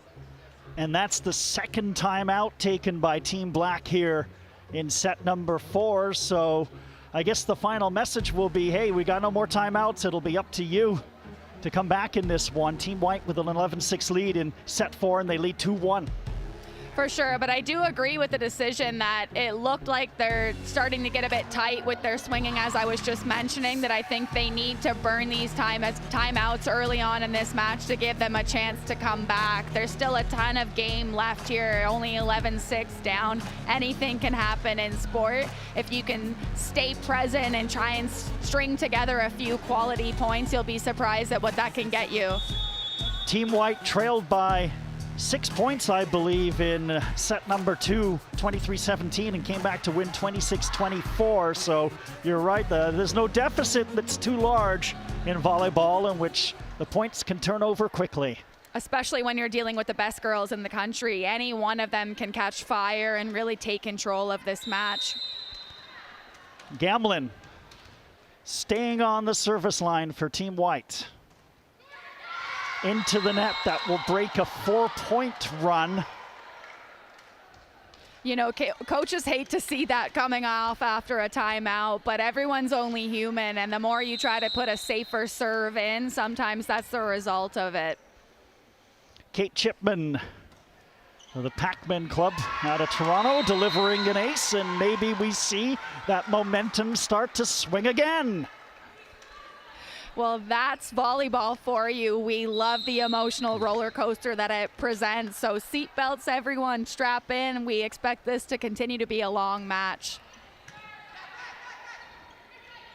Set for the lefty, Frost off the block, serve back to Team White with a 4-point lead.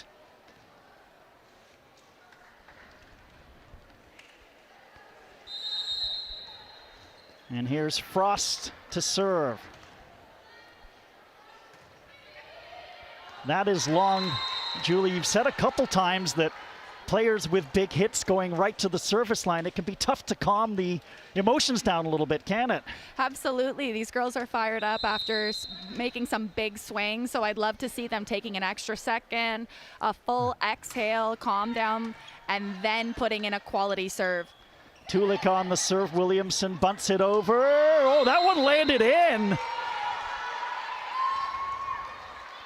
Not how you draw it up, but the point looks good all the same for Team Black. You never know with the coaching staff of Team Black what they were discussing in that timeout. Maybe that was in their bag of tricks, and that was their game plan. Great job of keeping it alive. What a shot by Williamson to get it over.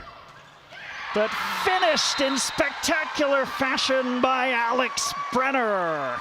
Alex Brenner, that is a very, very impressive swing going past Ella Hope there, beating one of the biggest blockers that we have here today.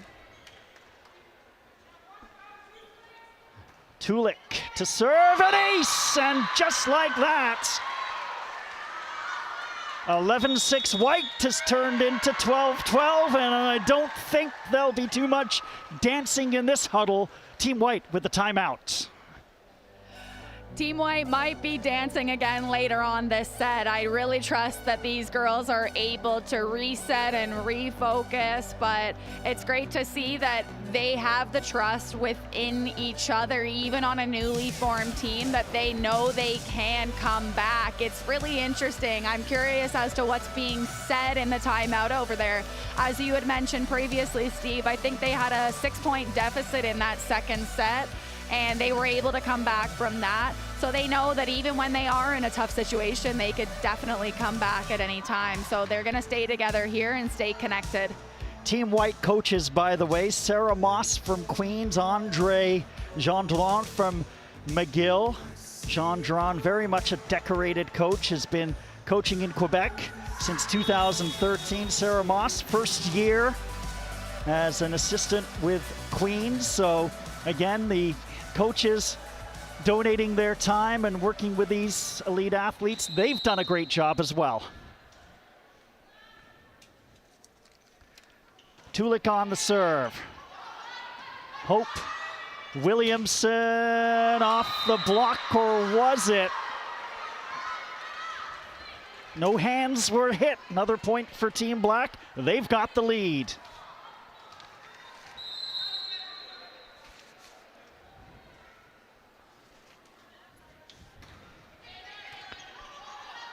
Williamson. Over it goes from Wilson. That's too long, and now it's Team White's turn for a gut check. A rare error by Joey Wilson there. I've seen her play right side, and she has a great ability to swing on balls, so I would expect her to get that opportunity again and put it away. Williamson, great job to get it deep. Brenner, well defended by Tuckwood. Back set Okoye, it was awkward, and she couldn't recover on the second attempt. Okoye trying to get involved on running the slide there, which for those at home that might not know, a slide or a step around is when there's a front row setter and the middle blocker tries to go almost like a layup in basketball off of 1 foot and jumps off of that 1 foot to give them a little bit extra height to be able to swing on that ball. Let's see if they continue to run that slide. Nepsy with the set from the left side off the block, Alex Brenner. Alex Brenner doing a great job there playing cat and mouse. She's been able to find some seams in the block and now is going off the block. She's so high and she's able to clearly see that block, so great job by her. Team Black now with a 2-point lead. 9 out of the last 11 points have gone their way. That one looked like it was going long. Brenner played it anyways. And Team White will take the points anyway they could get them at this point. There may have been a block touch off of Ella Hope's slide there. I want to give Alex Brenner the benefit of the doubt there that that's what she saw, and that's why she went and opted to play that ball. Ella Hope on the serve. Nepsy back set. Okoye!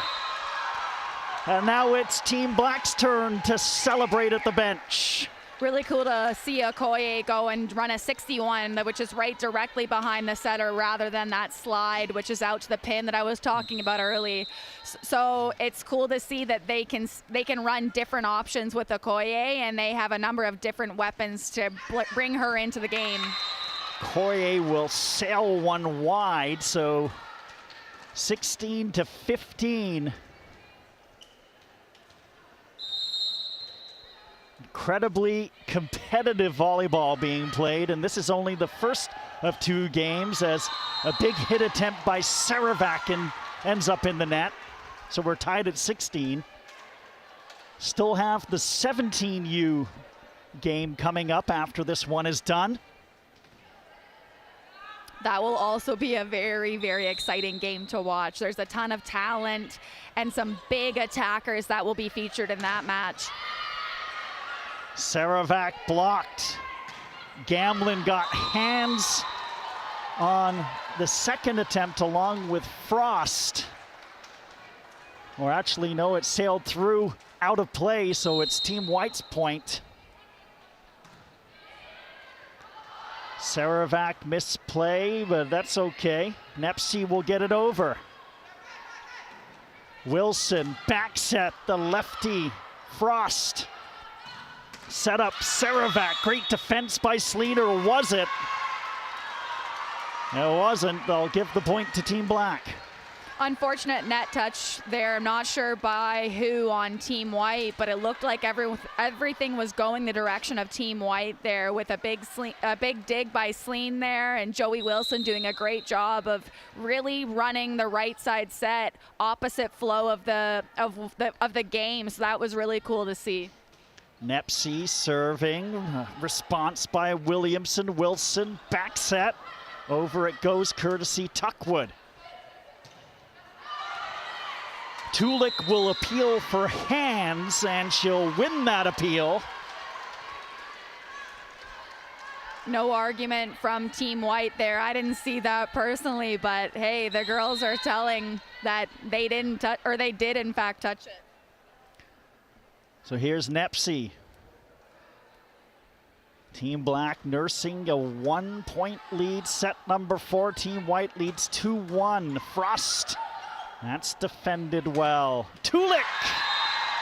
Great cross-court power. Too much for Wilson to handle.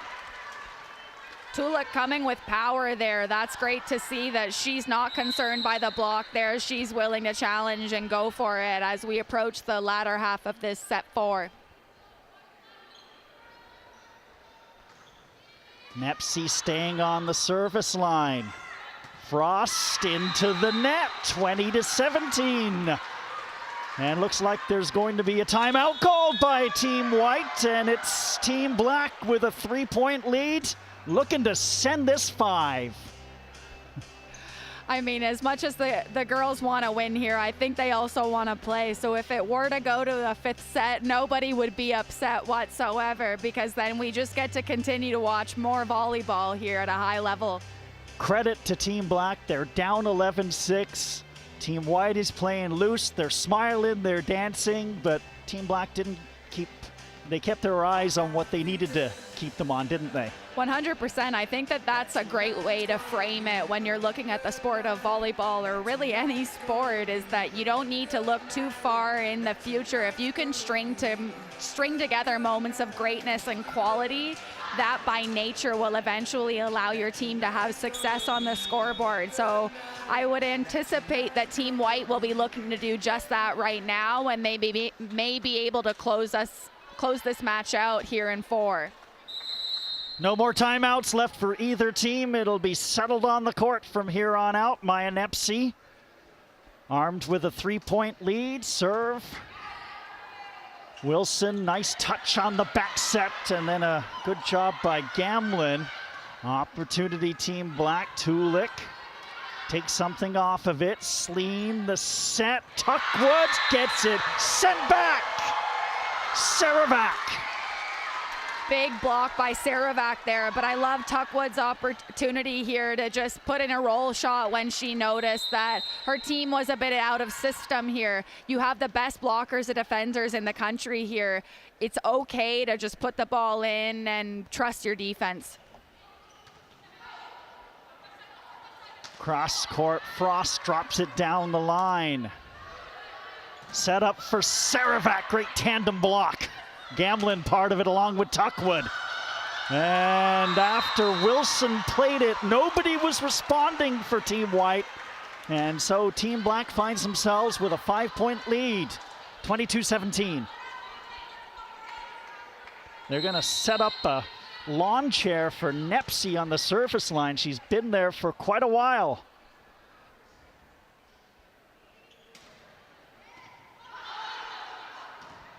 Nice job by Williamson, but then misplayed by Frost, and Team Black is 2 points away from sending us to a 5th set. Tough play there for Team White. That's a difficult ball for, I believe it was Frost, to try and swing on. But let's see if we can try and get them into a better passing situation to allow their pin attackers to go to work. Nepsy serves. Frost. Tulik gets it over. They're playing this point very carefully. Sleen, and it's mishit by Tuckwood. Set points aplenty for Team Black. What I'd love to see from Team White here is for the girls' willingness to go for it. This is a great learning moment. Although it does seem like there is some pressure on, it really is about the girls' development here. I'd love to see them just absolutely go up, strong approach, and trust their ability to put it in the court, just like Ellery Williamson's doing here. Pipe ball by Williamson, well defended. Oh, what a play by Wilson on the Tulik attempt. McGear, Tulik gets it over. Wilson sets it up. Tuckwood, long, and we're going 5.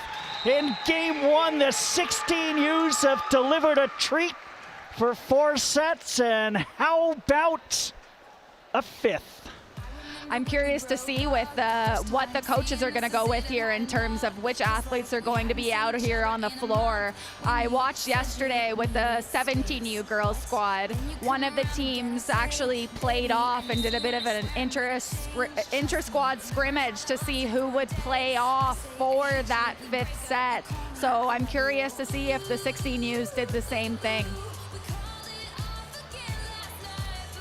Player from each team is now gathered for the officials to determine which end they'll play from. And assuming that the rules will be the same, a sprint to 15 in the 5th set.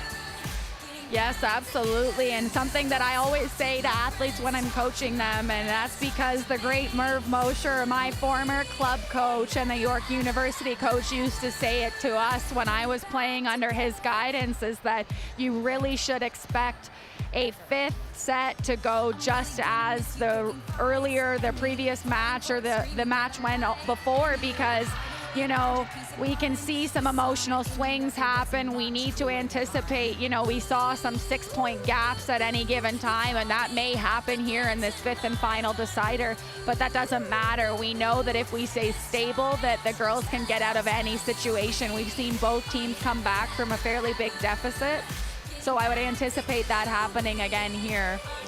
What are 1 or 2 talking points or 1 or 2 things you want players to look for when you're obviously playing in a sped up type process? You know, when you win when you get to 15, or if you win by 2 or more, what are 1 or 2 talking points for coaches, or what are players thinking? I would think that, again, just trying to bunch things into smaller mini victories and really celebrating the successes that you're having within the match or within this 5th set.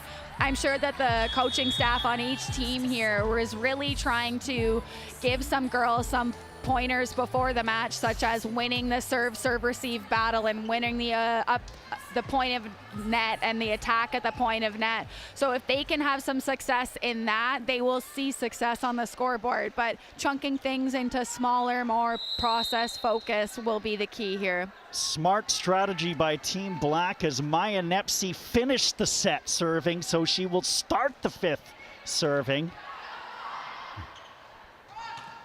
Frost cross court goes wide.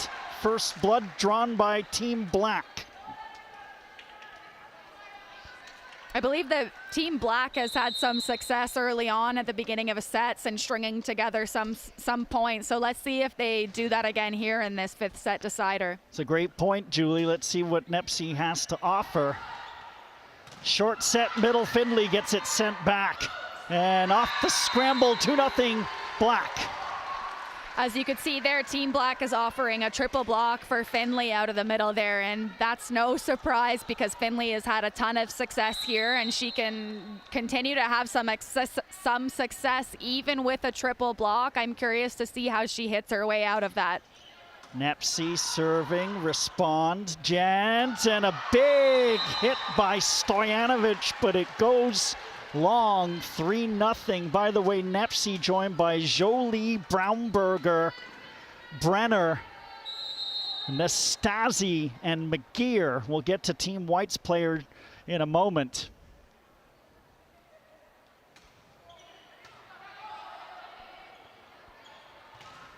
Set up for Stojanovic.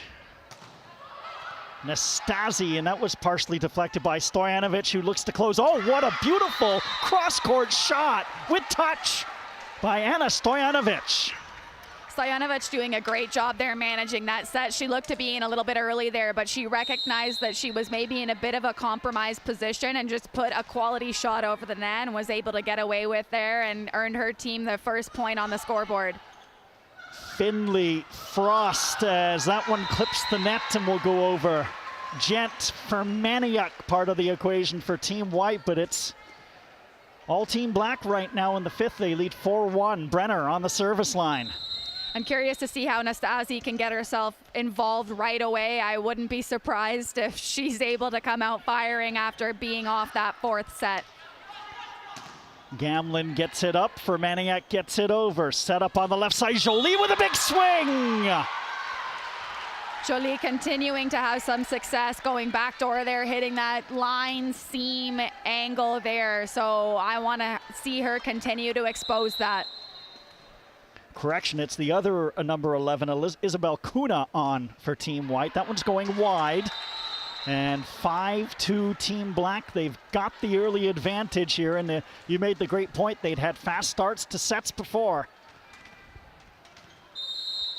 We now have Ella Hope coming in off the bench now that the middles have the other middle has rotated to the back row. Let's see how she can get involved.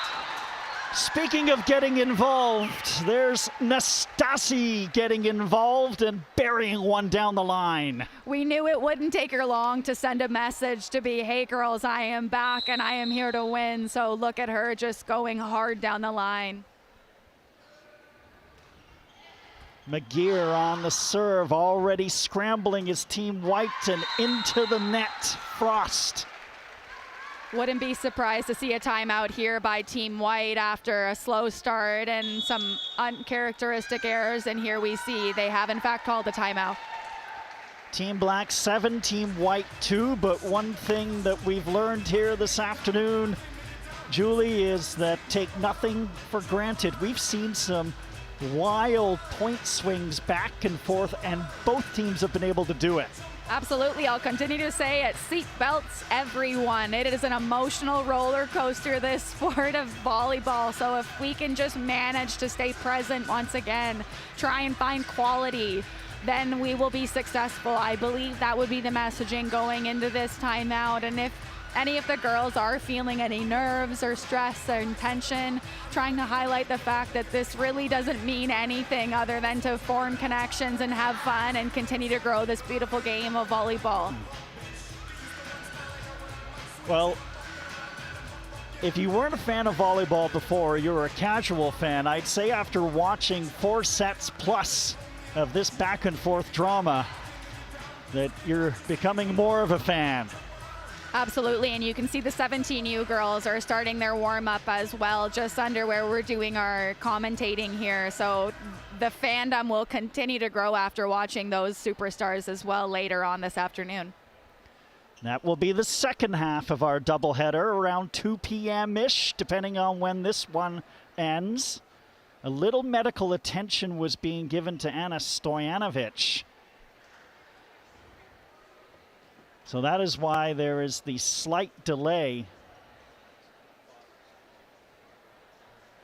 And we'll see who Team White employs. It looks like she has to change shirts. Might be a little blood on the shirt. 7-2 Team Black, 5th set. 26-24 for Team Black in the first. Team White responded 26-24 in the second. And then Team White won 25-21. Team Black came storming back. They were down by as many as 5 points. And then came back to win 25-17. Yeah, it looks like there must have been a bit of blood on her jersey there. Stojanovic having to opt to go with her practice jersey, it looks like, and her elbows taped up. So it might have been on a defense and a dig attempt that she got a little bloody as these girls are leaving it all out there this afternoon. McGear on the serve. Opportunity, Team Black. Jolie, big swing, well defended by Kuna. And Team White with the point for Maniac providing. All credit to Kuna there with a fantastic dig on the line there, and then having her libero of Ashlyn Gent set some money there to swing in transition. Here's Frost. Nepsy gets it over. Set in the middle for Ella Hope. 7-4. I hope to see Ella Hope get involved as much as possible while she's in the front row for 3 rotations, because we know this girl can do some damage. Cassidy Frost, the lefty. Jolie had all sorts of trouble with that, and here comes that momentum swing. 3 in a row for Team White.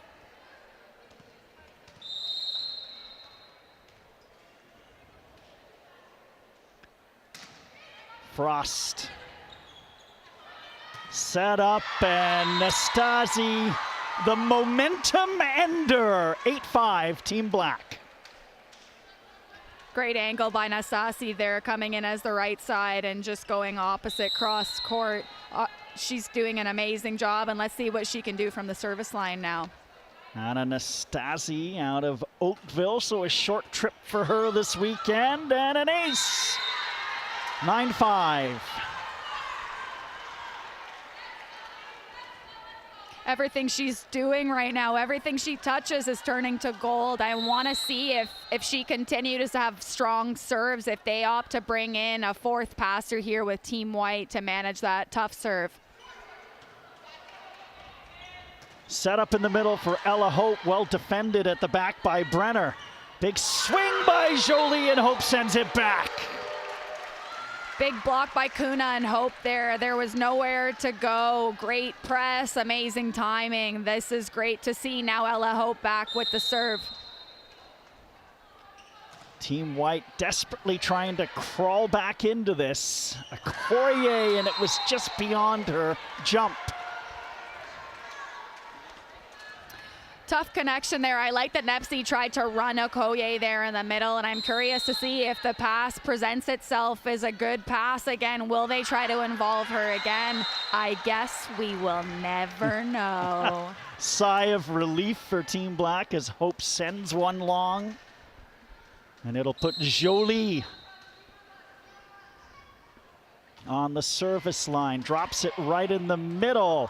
Nice recovery at Courier, as well as Gent, and Jolie tried desperately, and Braunberger runs out of real estate. Team White with the point. Ashlyn Gent doing a great job there on managing that serve receive. She's a very experienced libero here, spending some time with the Youth Team Canada, Youth National Team, and you can see the way she presents her shoulders and platform early. She's also able to adjust her shoulders, and she can shovel the ball and change the pace of play to give it up to Kuna, the setter here. Beautiful serve by Kuna. And all of a sudden, it's become a one-point game in set number 5.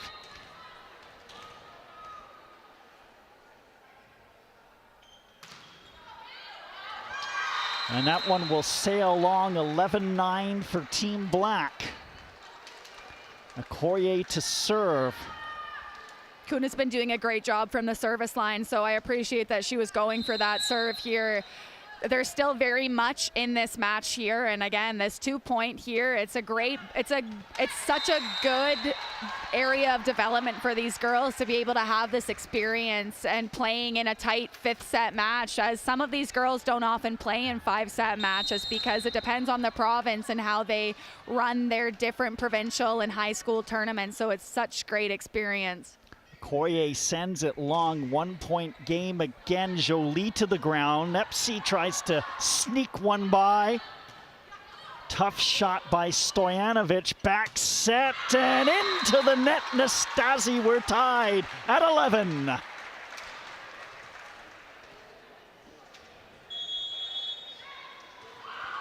Timeout taken.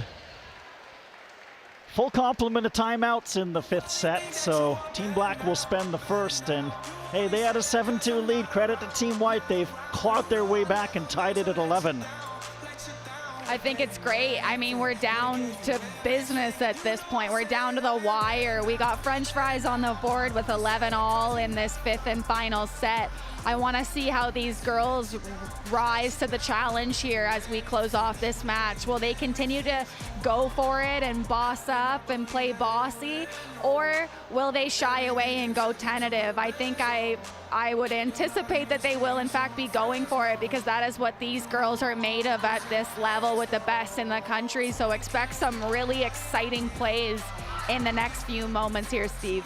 Yeah, tentative is not how I would describe the play here this afternoon. I've seen a number of times in which you see these players, they're going big or going home, and that's the way you want to see the game played. As they should. That's what they're made of. So this is very exciting to watch. Let's see, will they be going big, and will we be putting up a block right now? Jolie on the return. Nepsy sets it up for Maniak, and a great scramble. And we play on. Good response by McGear. Back set into the net, kept alive, but it's 4 hits and Team White has the lead. It was really Kuna who kept the point alive for Team White.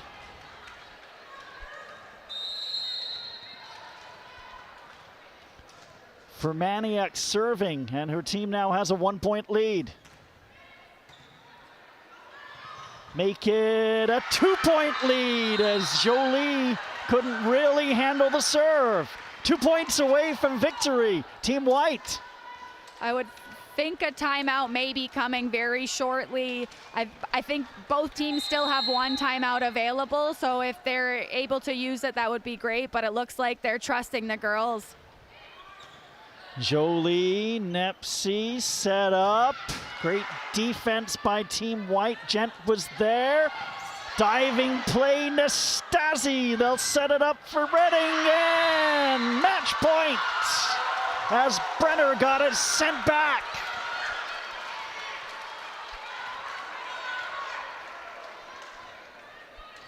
Fermaniuk serving for the match.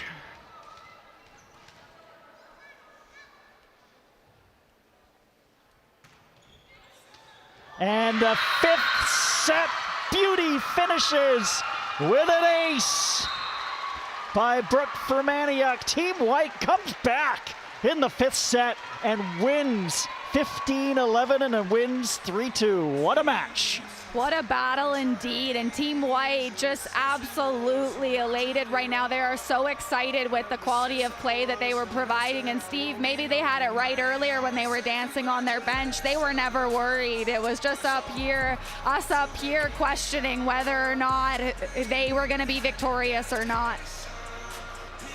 Handshakes all around, as well as for the 17 U's who get ready to play their match, and the rest of the bench. And we get not both much girls, more to say about this one. This was fantastic volleyball. Team Black, we get both teams on the end line. It's one of those ones you can't pick a player of the game because everybody did something well, right? That is exactly true, and I think it's just Okay, once we again get both such a teams on great the end experience line. for these girls on their long volleyball journeys. They're all very on the end line, talented. girls, we just have a banner here. But it sounds like the one and only Jerry D has some things to say here, so I'm gonna jump off and give him the opportunity to do so.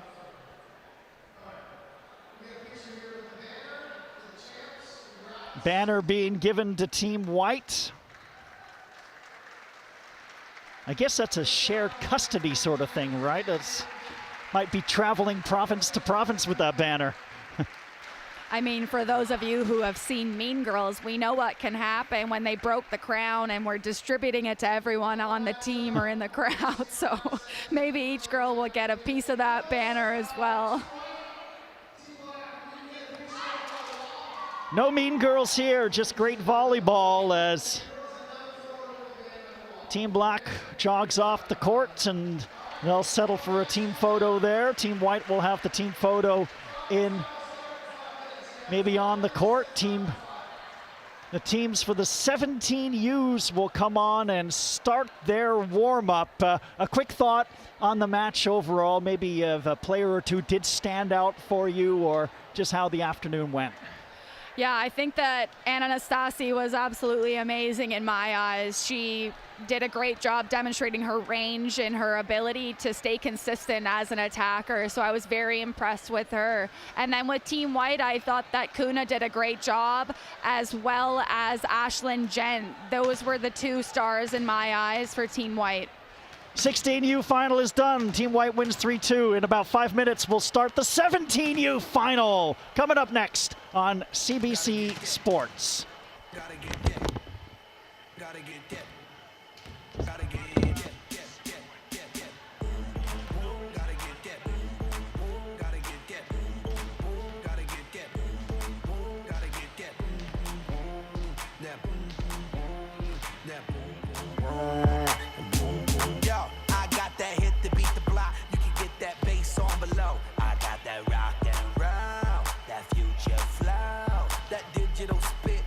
level visual shit. I got that boom boom. How to beat bang.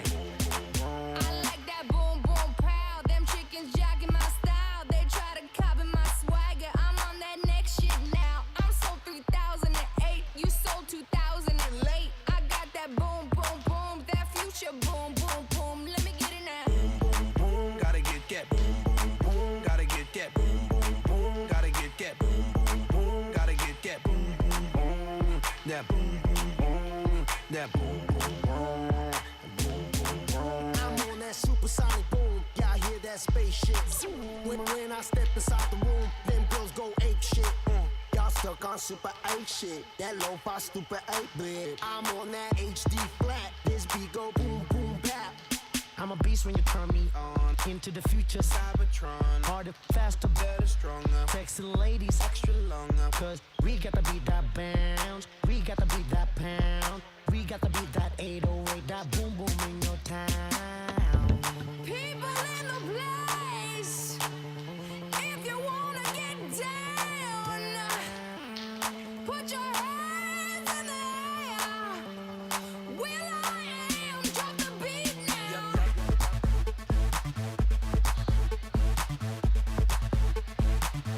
I'll be rocking them beats. Yeah, yeah. I'll be rocking them beats.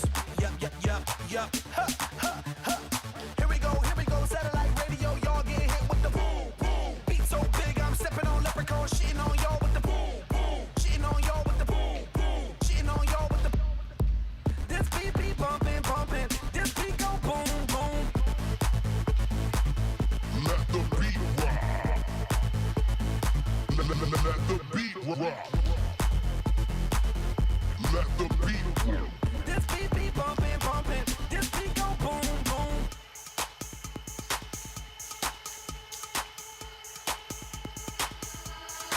I like that boom, boom, proud. Them chickens jogging my style. They try to copy my swagger. I'm on that next shit now. I'm so 3008. You so 2008. I got that boom, boom, boom. That future boom, boom, boom. Let me get it now.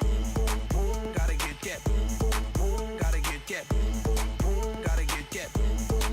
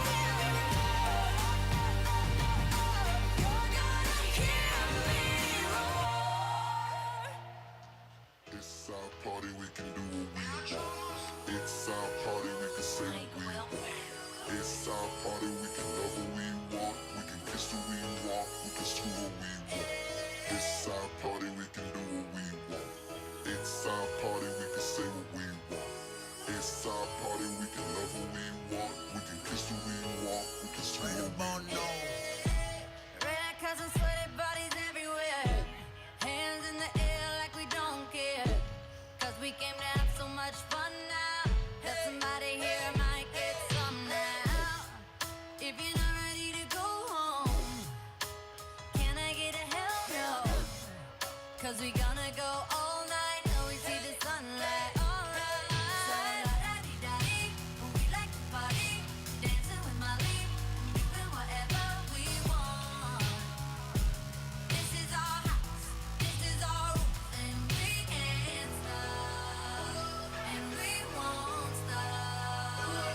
Can't you see it's we who own the night? Can't you see it's we who found that light? We can't stop, and we won't stop. We run things don't run me. We don't take nothing from nobody. Yeah, yeah. It's our party, we can do what we want. It's our party, we can say what we want. It's our party, we can love who we want, we can kiss who we want, we can scream who we want. To my homegirls here with the big butt, shaking it like we at a strip club. Remember, only God could judge ya. Forget the haters, cause somebody loves ya. And everyone in line in the bathroom, trying to get a line in the bathroom.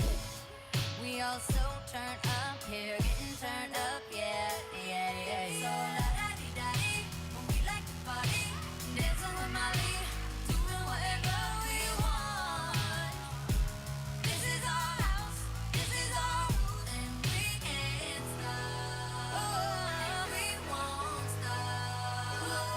Can't you see it's we who own the night? Can't you see it's we who found that light? And we can't stop, and we won't stop.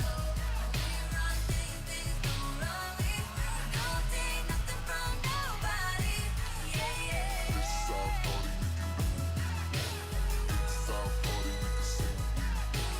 It's our party, we can love who we want, we can kiss who we want, we can scream who we want. It's our party, we can do what we want to. It's our house, we can love who we want to. It's our song, we can sing if we want to. It's my mouth, I can say what I want to. Yeah, yeah,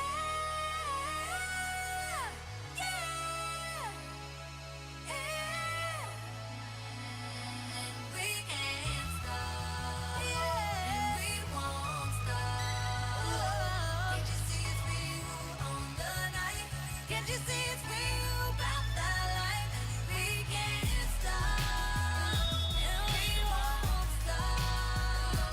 We run things they don't run me. We don't take nothing from nobody. Yeah, yeah.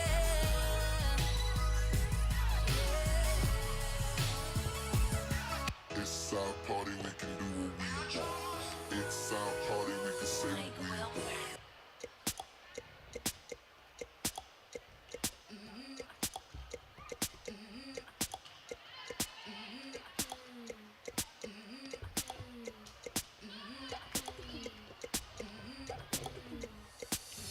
Hey baby, tell me your name. I got a fever for you. I just can't explain, but there's just one problem. I'm a bit old school when it comes to loving. I ain't chasing you. Ain't waiting, I'm on a roll. You've got to let yourself go. You know that I've been waiting for you. Don't leave me standing all by myself. 'Cause I ain't looking at no one else.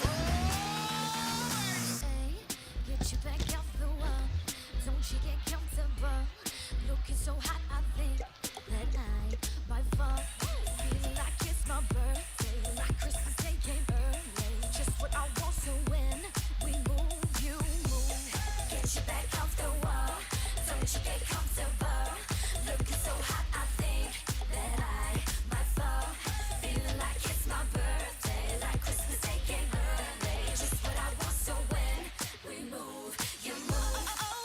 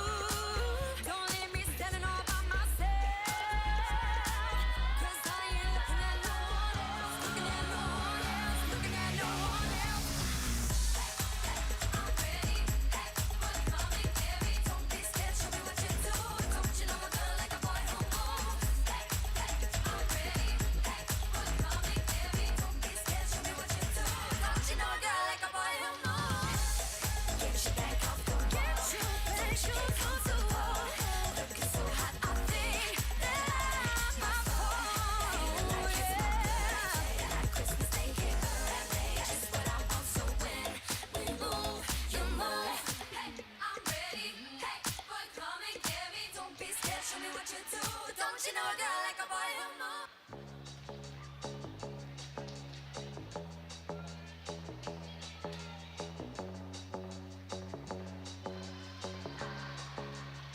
To keep my hands on myself. Pick up dust and more, put 'em back up on the shelf. Just a little baby girl isn't me. Am I coming out of left field? Ooh, I'm a rebel just for kicks now. I've been feeling it since 1966 now. Might be over now, but I feel it still. Ooh, I'm a rebel just for kicks now. Let me kick it like it's 1986 now. Might be over now, but I feel it still. Got another mouth to feed. Leaving with the babies in a mama call a grave digger. Gone with the fallen leaves. Am I coming out of left field? Ooh, I'm a rebel just for kicks now. I've been feeling it since 1966 now. Might have had your fill, but I feel it still. Ooh, I'm a rebel just for kicks now. Let me kick it like it's 1986 now. Might be over now, feel it still. We could fight a war for peace. Get into that easy living, goodbye to my hopes and dreams. Stop flipping for my enemies. We could wait until the walls come down. It's time to give a little to the kids in the middle. Oh, till it falls, won't bother me. All right, let's start. Welcome back. We're going to start the introductions here for the All-Stars. Thanks again. It's probably the same crowd, but thanks again, Kyndryl, and all the sponsors for making this happen. Thanks for coming out. Thanks to the coaches who are doing this on their own time and dime. We're going to start with the introductions. And then we will line up girls on the baseline, the whole team. There are no starters. These are all starters. It's just announce all the girls chosen. Start with Team White. Here we go. Number 6 from Winnipeg, Manitoba, a setter, Julia Martins. Number 9, a setter from Mount Hope, Ontario, Avea Maga. Number 10, a libero from Toronto, Ontario, Ali Donahue. Number 1, a libero from Mississauga, Ontario, Athalia Duong. Number 12, a middle from Halifax, Nova Scotia, Carmen Way. Number 16, a middle from Toronto, Ontario, McKenna Gillick. Number 12, a middle from Toronto, Ontario, Rosie Wellings. Number 22, an outside hitter from Kelowna, BC, Kylie Taylor. Number 3, an outside hitter from Cambridge, Ontario, Sophia Zabchek. Number 20, an outside hitter from Markham, Ontario, Megan Chang.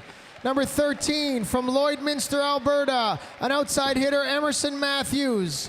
Number 66, from Oakville, Ontario, an outside hitter, Tony Wilson. Number 9, from Mississauga, Ontario, outside hitter, Alyssa Flack. Your Team White, coached today by the TMU coaches, as well as Steve Delaney from Brock, Dustin Reed from TMU, Brett Haggerty from TMU, and Carly Yim from TMU. Thank you to your coaches. Unable to play today, but chosen as an all-star from Toronto, Ontario, Sol Henson is also here to cheer her girls on. Here is your 17U Team Black roster. An outside hitter from Pickering, Ontario, number 12, Sydney McDermott. An outside hitter from Markham, Ontario, number 8, Eva Lynn. An outside hitter from Selkirk, Manitoba, number 21, Brooklyn Grob Prinz. An outside hitter from Orleans, Ontario, Sydney Bell, number 13. An outside hitter from Vancouver, British Columbia, number 20, Chloe Bradley. An outside hitter from Oakville, Ontario, number 2, Olivia Pasternak. A middle from Prince Albert, Saskatchewan, number 10, Abby Wasutik. A middle from Saint-Joly, Quebec, number 14, Marie-Lou Robichaud. A middle from Markham, Ontario, number 28, Faith Hughes. A libero from Toronto, Ontario, number 6, Katie DiGregorio. A libero from Mississauga, Ontario, number 13, Ariana Lenardi. A setter from Selkirk, Manitoba, number 6, Zoe Purvis. A setter from Scarborough, Ontario, number 7, Maya Duong. And also chosen today from Toronto, Ontario, Delphina Henson. Your Team Black roster, coached today by Christina Drakich, Anna Fior, Sophia Courier from U of T. Thank you, ladies, for doing this today. We will start facing the board with the national anthem, and then we will play. Thank you to the officials today, too.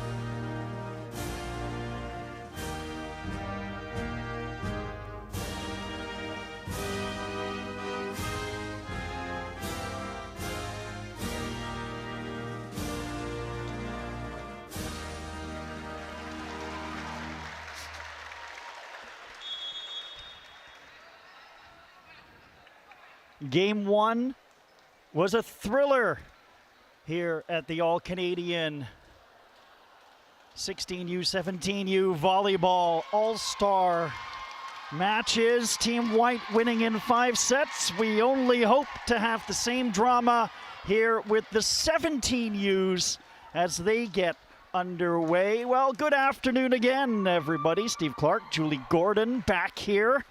And now we get the 17Us, and outside of a year, is there a difference, maybe just a little bit more power between the 16Us and 17Us?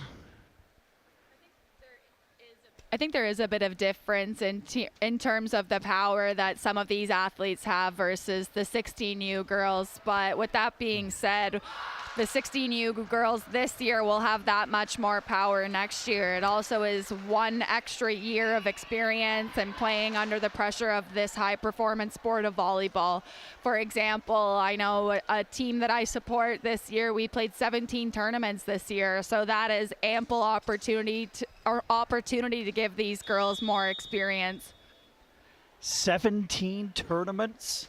Is that a lot of hotel rooms or traveling and distance? It's quite a commitment, isn't it? It is absolutely a commitment, and it's not only a commitment for the athletes and coaches, but also for the families and supporters of these girls. So shout out to the parents that are doing every single thing possible to allow their daughters' dreams to come true in this sport. Teams going through their final paces, and we will be underway here. Team White will serve. Julia Martins, who plays with the Bisons Club, and she's from Winnipeg, will get us going here. Martins, a lefty. Purvis, back set, and Lynn well defended. Here's Chiang dropping one over. Good spirited start. Down the pike, Brooklyn grips Prinz. From the right side, unsuccessful was Wilson. Great rally to start off, and it's dropped in the middle by Sydney Bell. Sure enough, you saw some strong attacks all around by Eva Lynn, Tony Wilson, and then, of course, the soft volley is the one that scores. So let's see how these girls adjust here. Eva Lynn on the serve. Wilson delivering power to tie it at 1. That's some textbook volleyball there. We had a great serve reception by the one and only Athalia Duong, who's starting off with a 3-pass, and the rally before she had 2 digs. Tony Wilson executing after getting a great set by Julia there. Megan Chang on the serve. Purvis, tough cross-court set rolled over by Griprins. Some good finesse by both teams. A little more power and perfect placement by Brooklyn Griprins. Brooklyn coming in hot and heavy there with that big swing after a great pickup by Katie, the Team Blacks lib. Faith Hughes plays for the Phoenix Club out of Toronto on the serve. And Zabjek with the big hit. Cross court, what a shot. Tough angle, but Brooklyn Griprins delivers again. Griprins, wow. That angle is so impressive and is in fact the sharpest angle I've seen today. Anna Nastasi was previously the award winner in that category, but we have a new winner right now. Let's see who can challenge that angle.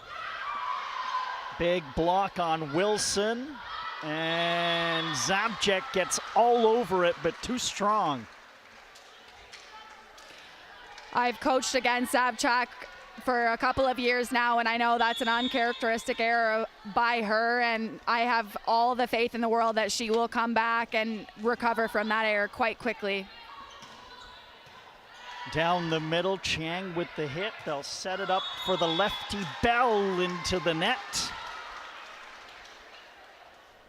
Bell is one to watch as an opposite hitter here, or the right side attacker. She's a strong lefty and plays for Ottawa Mavericks. She's also involved in the net program, so she knows what she is doing, and she can absolutely hit hard down the line as well as a very sharp cross-court angle. One of the number 12s for Team White. Rosie Wellings on the serve. The other one, Carmen Waste, just checked into the game and through the block. It is Zabjek delivering. We do have a few multiple number players on each roster that we will try and keep straight with everybody. Here's Wellings, Rosie Wellings. Big hit by Griprins. Zabjek off the block. Nice job by Purvis. Chang drops it over. Another great rally early. Purvis sets it up in the middle for Wasatuck.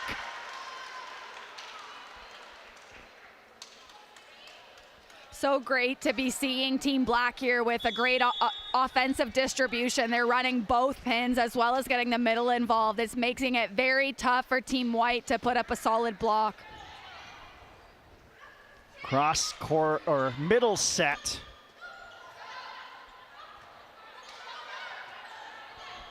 Good scramble play by both teams. Zabjek in a joust and won by Team White in the end. Great job by Zabchak there, demonstrating her ability at great net play and winning that joust after 2 unsuccessful attempts by her teammates. There seems to be a lot of tight passes and tight sets happening right now. I would expect that will change as the game progresses. Tony Wilson with a serve that didn't look right from the beginning. She hesitated after the toss and managed to hit one of her teammates in the head, so back across the black it goes. Griprins with a big serve. Zabjek looking for a big finish. Lynn, great defense. Gong sets it up. Goes over courtesy of Martins. They'll try again. What a great dig in the back by Chiang as Ava Lynn. Another great dig. Griprins this time off the net. Violation. And the point will go to Team White. Great rally. I love that Purvis tried to get her middle involved there in transition, just underset her slightly, but that's great feedback, and she will continue to run her later on in this match. But again, these girls have only had a couple of days to find connections, and at the end of the day, as you can see there with Eva Lynn going high and hard, Purvis knows she has a number of options here to set. That was poetry in motion by Ava Lynn on that kill attempt that provided the point for her team. Abby Wasatuck on the serve. They'll set it up. For Wellings, it didn't work. From the pipe, it's Grab Prins, who has become a focal point of the offense. Yeah, Grab Prins is doing a great job right now, just being steady. We know that she has an absolute cannon as a shoulder, as she's already demonstrated, but her ability there to recognize the set not being optimal and just managing it allowed for her team to still earn points. Good scramble by Team White. Purvis cross court. Lynn, oh my goodness, that was spectacular. Eva Lynn is such an impressive athlete. She also plays on reach, which, as if you can remember and tuned into the 16U match, Megan Hunter is the setter for reach there, so she's used to having a great setter feeding her balls. Eva Lynn is just a force to be reckoned with and will continue to challenge hard hits down the line, and if you give her a seam, you can guarantee that ball might be putting a hole in the floor. Wasatuck drifts one long on the serve, so back it goes to Team White, trailing 9-6. Purvis short set, great diving play made by Wilson. Grab Prins diving in the backcourt. Here's Lynn again, this time is appealing for hands and won't win that appeal as she sent one wide. So you may have seen Wilson and the number 88 earlier today. That was Joey Wilson, but we now have number 66, Tony Wilson, Joey's older sister, who usually plays left side, but is right now playing right side and defending in position 1, which is why you might have seen a spitting image there of Wilson and defending in 1. Well, Lynn shows a little diversity to her game as she goes off speed with a roll shot. Zoe Purvis out of Selkirk, Manitoba. Cross court, big hit, Chiang. And that will deliver. Big swing by Chang there, another reach athlete who always does a great job of challenging the block. But I just want to highlight Zabchek's serve reception there. She's putting on a passing clinic. If there's any young passers out there, please watch her ability to manage the pass outside her body and control it. That time it's Sydney Bell delivering for Team Black.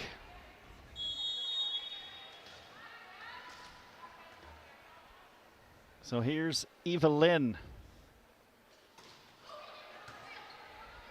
Martin, short set. Back set, Grab Prins, great defense in the backcourt by Zabchek. More great play by Martins defending. Purvis will set it up, Grab Prins, and Dong controls. Wilson roll shot, another great rally. Grab Prins. Set up right side, and it finally falls. Another outstanding rally finished by Megan Chang. Great display of athleticism there, and Team Black got a bit unlucky as the libero Katie got just caught up behind the block there and wasn't able to pivot and get around it, or she might have had a chance digging that. Purvis sets, and a left-handed attempt by Faith Hughes falls short. I would love to see Purvis continue to get Faith Hughes involved. Faith stands at about 6'2" and is a great middle blocker playing for Phoenix Legacy, has a ton of experience on that team. That team is actually the reigning national champions right now after winning nationals a couple weeks ago in Edmonton. There's a few girls out here that have had a ton of success and know what they're doing, have a lot of experience. They're just gonna need to take some time, continue to establish the connection. Big strike. Goes short, Team Black on the serve. They'll set it up and it's bunted over by Wei. And down the line, cleverly placed. 13-10 for Team Black.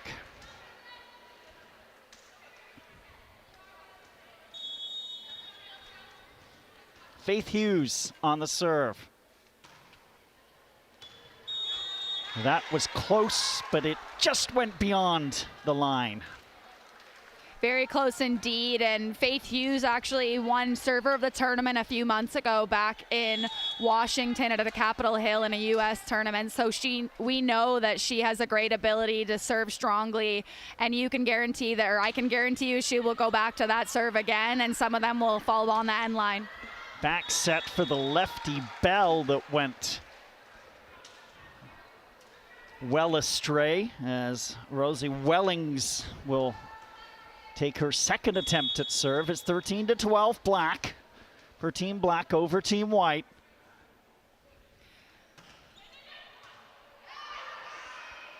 Purvis short set in the middle and Wasatuck misfires.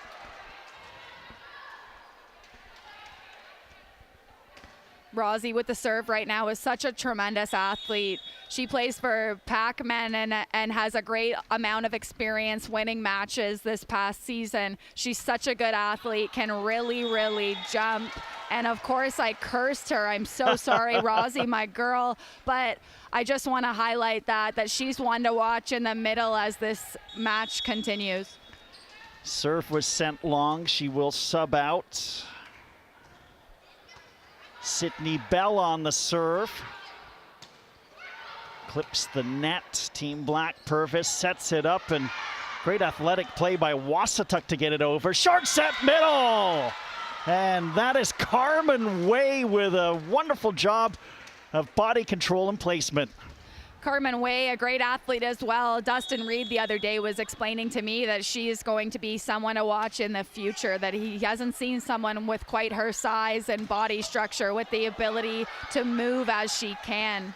Goldring showing power, couldn't finish, but a great job in the middle by Wasatuck.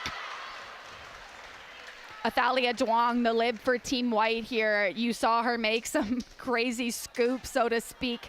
And that is something she does very well. I haven't seen anyone like her with her ability to make one-handed digs on defense. It's something that she's been training for a long time with the support of her amazing parents. So look for her to be a pancake queen this game, people, because that is something she is known for. Goldring sent one well long. Purvis, clever, but Duong with a great diving play, and then a big hit by Cheong, and Goldring with great defense. More great defense as Zabjek denies Lin. Big hitters are finding great defense. Wasatuck, another diving play by Duong. Set up for Chang. Players are diving all over the place. Goldring sends one over. Martin's cross court. Chang! And another great rally finishes. Megan Chang from Markham with love. Such a great rally indeed, Steve. And you can see Team White's bench is absolutely fired up after that long rally. Team White with a 16-15 lead, and then Zabjek sends it just long. Plays for the KW Predators from Cambridge. Wasatuck from Prince Albert, Saskatchewan on the serve. Martin's back set. And Wei with the shot, the violation called against Team Black. Wei getting involved on the slide there, which is great to see them establishing that early on. But something to note about Wasatuck on Team Black, they've tried to establish the middle quite a few times with some missed connections. But to be honest, we're so early in this match that I want to see them doing that again, continuing to run the middle, establish that middle. We're in for a long battle, as we already had with the 16U match. Lynn with the misfire. Timeout will be called by Team Black. 18-16 for Team White. Team Black, Christina Drakic, Anna Fior, Sophie Carrier, all from the University of Toronto. Drakic, by the way, 35 seasons as the U of T coach, so I think they'll be well coached. Christine Drakic is one of the most remarkable women that I've ever met, especially in this sport. I haven't seen anything like it. She supports other women in this sport with coaching opportunities and just really empowers them to do their thing. And if anybody has the ability to spend time with Christine Drakic and learn from her, she is truly one of a kind. And even speaking with her just before this match, she was saying that, the theme of this is just to be in the moment and to play. And what she meant by that is, good things happen when you're just locked into playing and having fun and finding the joy again. At the end of the day, this is a sport, this is a game, and it's meant to just be played rather than analyze and getting caught up with it. So I think that's an important message from a legend, Christine Drakic. Over 500 victories between the regular season and the playoffs, and that's just the start of the accolades as the serve sails long. She even played at U of T and was a captain, and it really goes without saying she's in the Hall of Fame and probably should have several wings of this athletic building named after her. That is too funny. Actually, I'm realizing just now, because I'm a bit slow, is that she has full home court advantage here, and maybe her team should have started down by 5 as a result of that. Team White 19, Team Black 17, as Julia Martins will serve. Purvis, short set, then it all gets jammed up, and Team White will claim the point. So fun fact about Julia Martins is, I believe, Steve, you already mentioned that she's committed to going to as a Bisons to U Manitoba once she starts her collegiate career, and it's my understanding that her father also played there and was inducted in the Hall of Fame back in 2017, I believe. So there's quite a bit of experience coming from her family, her dad playing on the national team alongside Coach Dustin Reed. So the volleyball community is small, and we love it, and we love these stories. Sydney Bell with the big deliver for Team Black, and then through the block, Carmen Way, Manitoba, by the way, what a program they're building in U Sports. I believe they were the #1 seed at the recent U Sports Women's Championships, lost in the semifinal. Bell, and it became a game of dodgeball as Chang had to get out of the way of that spicy shot, and she did. Sometimes part of this game is dodge, dive, dip, duck, and dodge, and Megan Chang just showing she can do it all. Grob Prinz, a little set back, so it was blocked. She'll try again with a roll shot. Big hit by Wilson, well defended. And then it's sent long by Grob Prinz. Purvis did a great job, by the way, on Team Black defending that Wilson big hit. Unlucky error there by Grob Prinz. I think that's her first so far.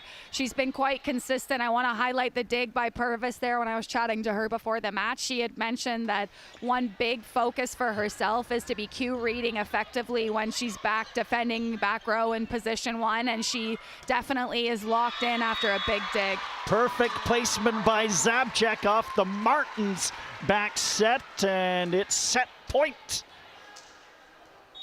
for Team White, and no timeout being called, so they'll just play it out. Chang serving for the set and sends it long. Why would Christine Drakic call a timeout when she knows that Megan Chang is going to miss her serve? That's what experience gets you. Christine knew ahead of time. Well, sometimes if you're anticipating a timeout, it doesn't come. That's as good a strategy as ever. Zabchek to close the deal, and in the middle, Bell, along with Wasatuk. And we play on. Just a brick wall there, and Zabchek really had nowhere to go. I'm curious to see if she'll go down the line now. Martin's tough back set, but she did it in set number 1. Will belong to Team White as Tony Wilson closes the deal.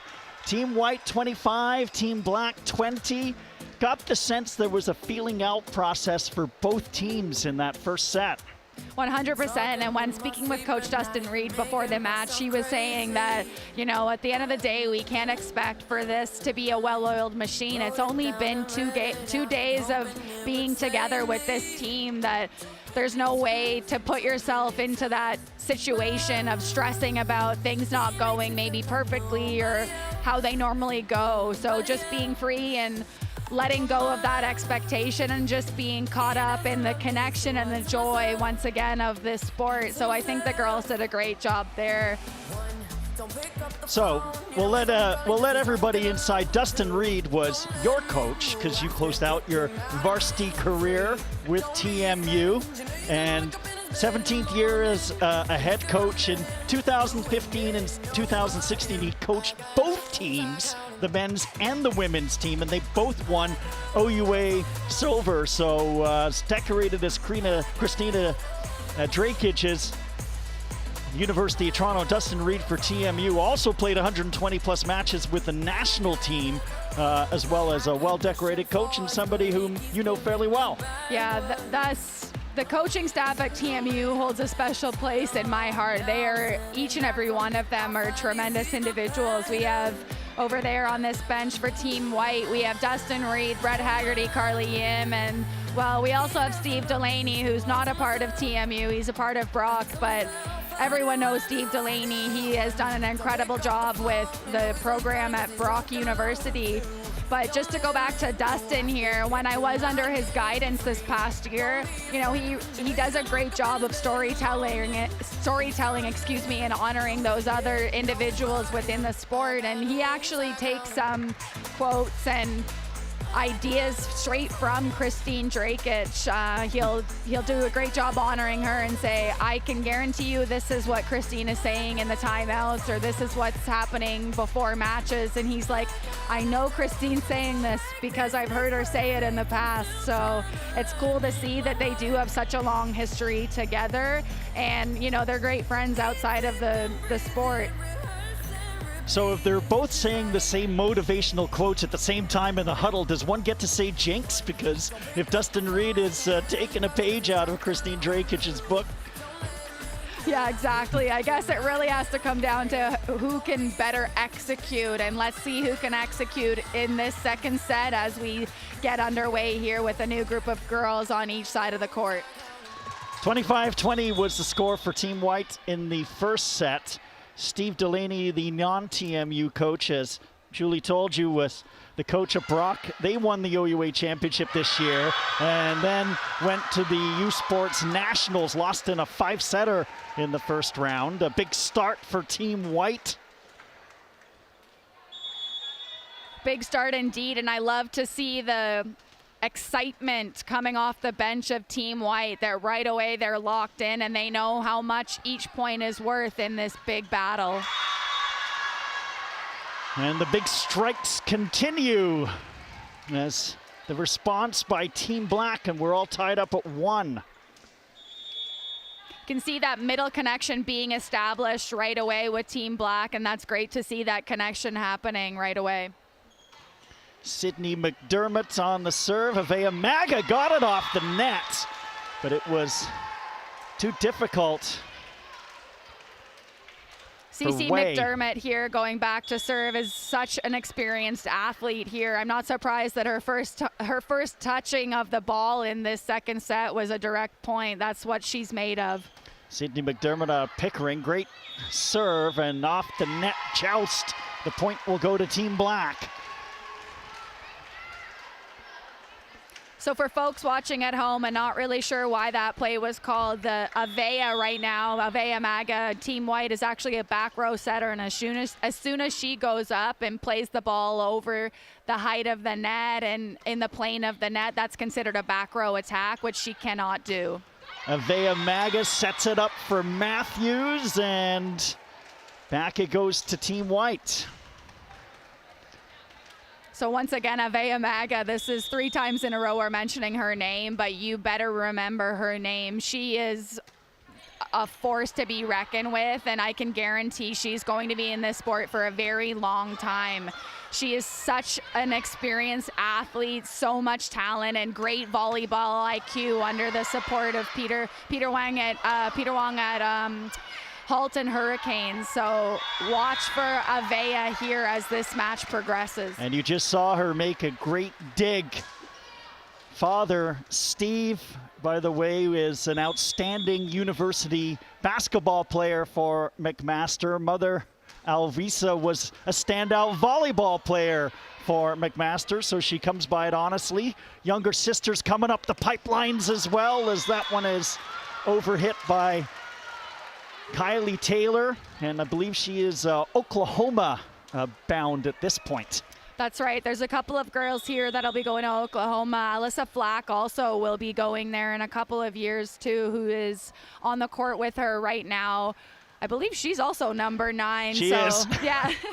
So they are twinning out there, and they will be connected forever. And I'm glad to see them out here on the court right now, because as we continue to watch them grow in the coming years, I hope that we can find some fans here starting at day 1 together right now.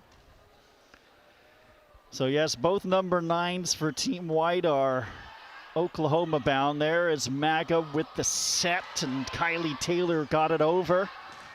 Great shot by Pasternak, well defended. Matthews off the net, it looked like, and goes wide. No hands hit that, so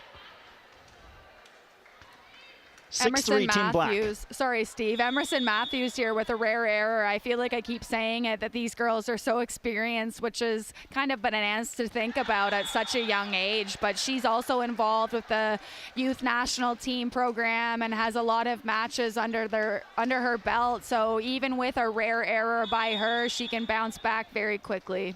Kylie Taylor plays her club ball NRG. She's out of Kelowna, BC. Great job of dropping it in the teeth of Team White's defense by Olivia Pasternak. Olivia Pasternak, for those at home that maybe aren't as familiar with the OVA or on the Ontario Volleyball Association, these girls here, Olivia and Alyssa Flack here, play for Pac-Men together, both as left side. So it's fun to watch them battling it out against each other here today. Maga to Matthews is a combination we've heard a few times this set, and Matthews delivers again.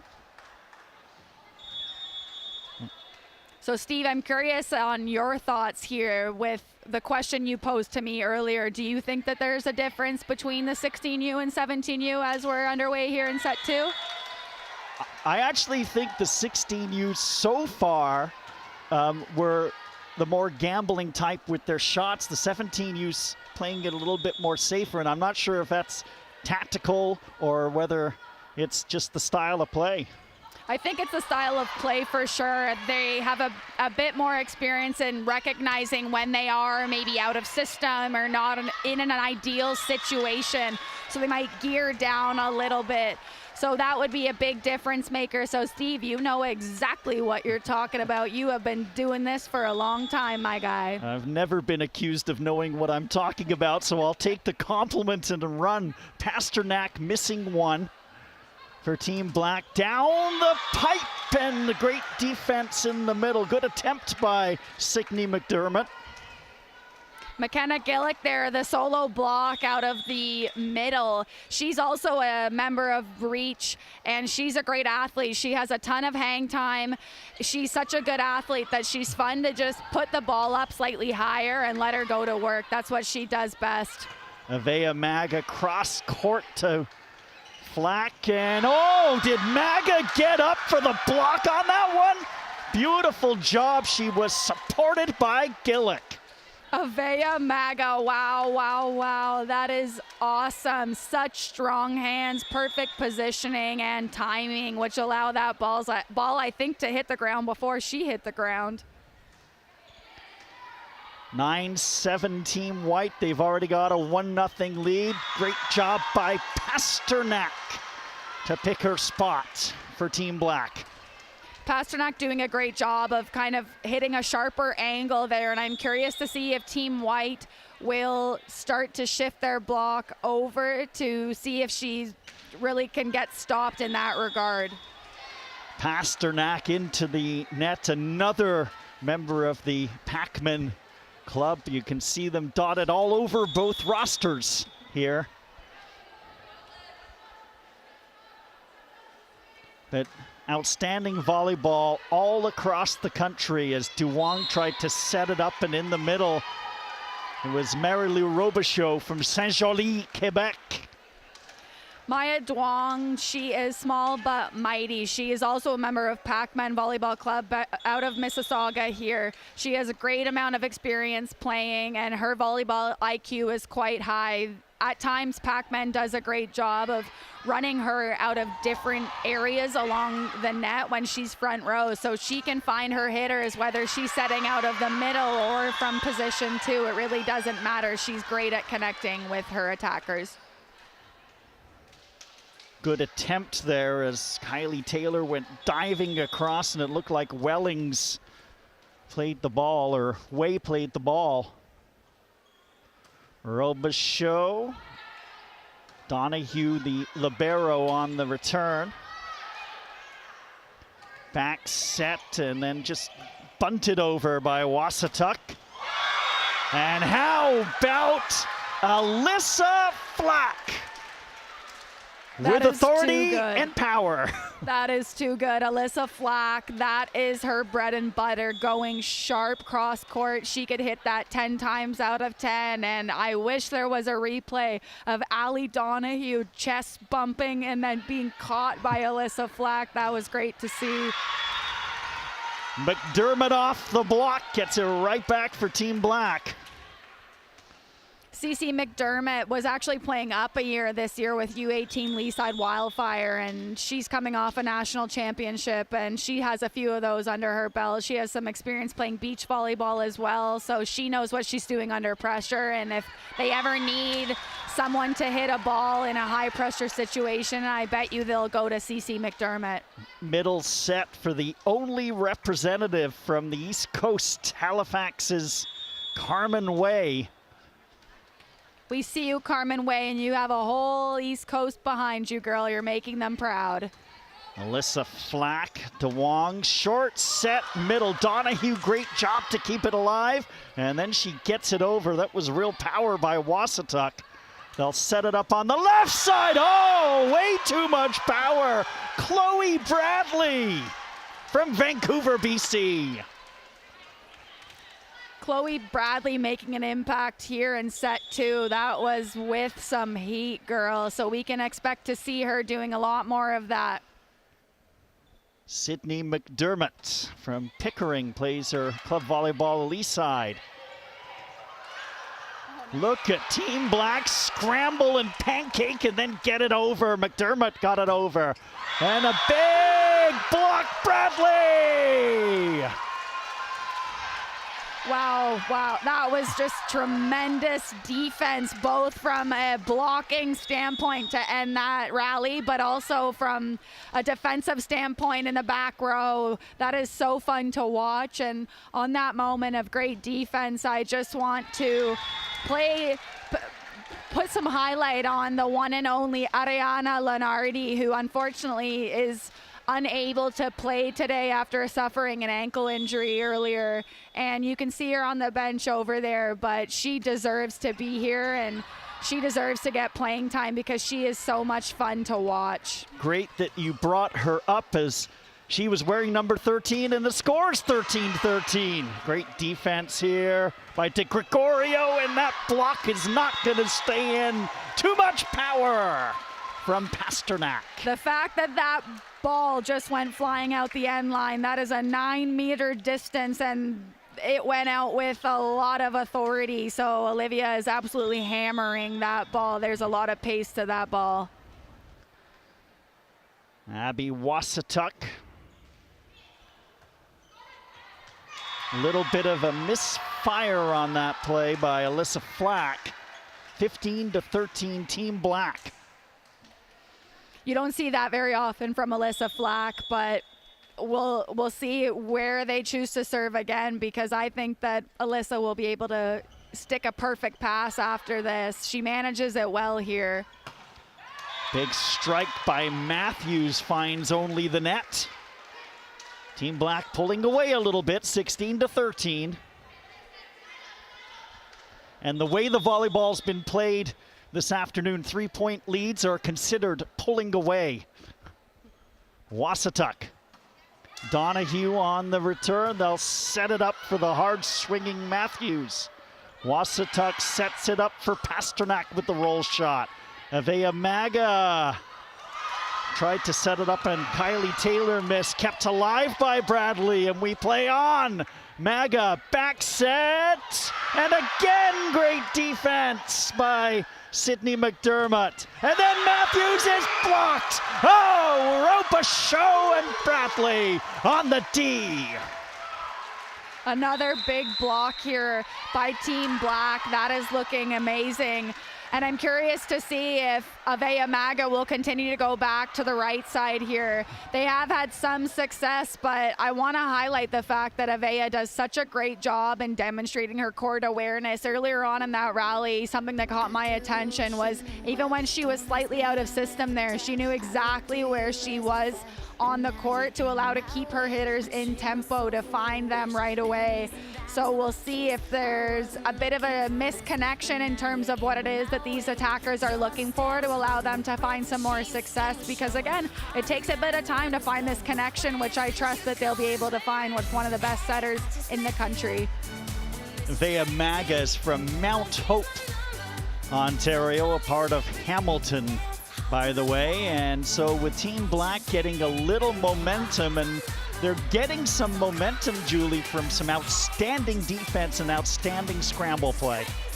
I think it's their ability to maintain their composure even when there are some scrambled plays. It's easy to get caught up and holy smokes, look at that one-arm stabby I just made and get caught up in that. But these girls are doing an amazing job at showing their ability to stay present and locked in on the moment. Sure, I did one skill really well, but what do I need to do next in order to have my team be successful? Abby Wasatuck on the serve. Donahue the return. Short set. And that's enough power delivered by McKenna Gillick. Nice job by Allie Donahue there. After Alyssa Flack had a bit of passing trouble there, she stepped out and Allie Donahue stepped in and hand passed a perfect three and then just passed another three to allow the middle to run. Great diving attempt in the back by Flack, but Bradley with too much power. Can see that on the replay there.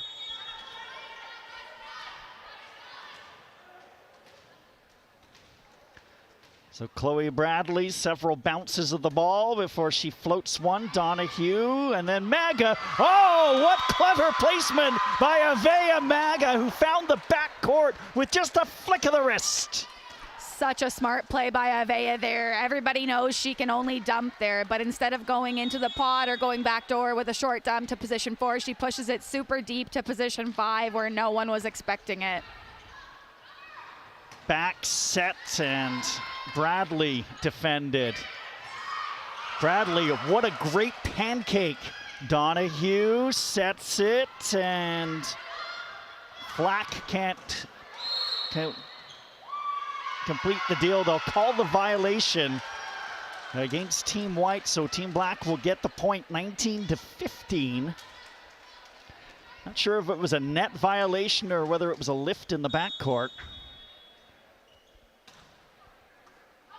Donahue, little misfire on the return, and a great job on the net joust by Flack to bail out her team.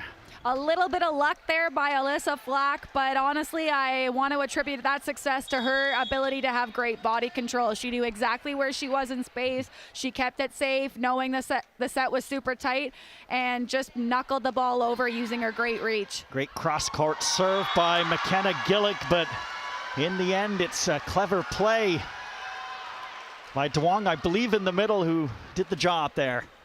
Maya Duong, a great setter, as I already mentioned, coming from Pac-Man and knowing that, hey, Avea, anything you can do, I can do equally as well. So she opts for a two-handed dump there into the pot and does a great job. Donahue keeps it going, and Flack had a glance at the official after she made that shot, wondering if there was a violation there. Timeout taken by Team White. Team Black with a 5-point lead.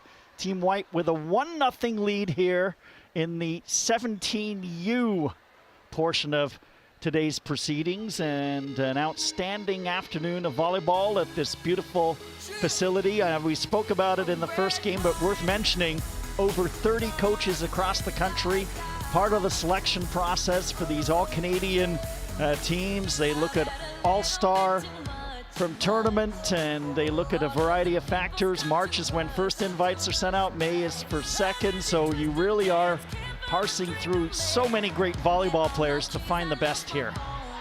100%, and I think it's a great way of doing it, having a lot of eyes all across the country and able to try to select the best that they can. And of course, we're leaving some amazing athletes out of the roster today, but if you are one of those athletes that are feeling left out and you're tuning into the live stream, just know that your opportunity will continue to come. So continue to work and know that your time is coming.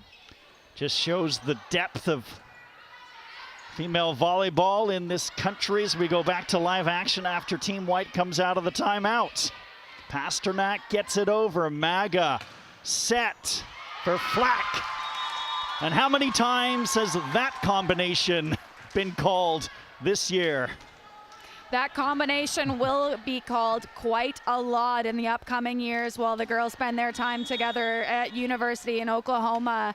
And it's great to see that Avea opting to go with Flack rather than choosing to set Carmen Way over there in the middle, who ran a slide. As a result of that choice, Alyssa was able to attack the seam of the block because the middle blocker on Black was a little bit late. So that's why if you see a middle blocker running a slide behind, it's to create some separation and seams and the timing of the block there, and that's exactly what's working right now for Team White. Avea Maga trying to get her team back on back in the game, and she scrambles along with Donahue, who did finish with a nice backward roll, but they couldn't keep that ball going. 22-18 for Team Black.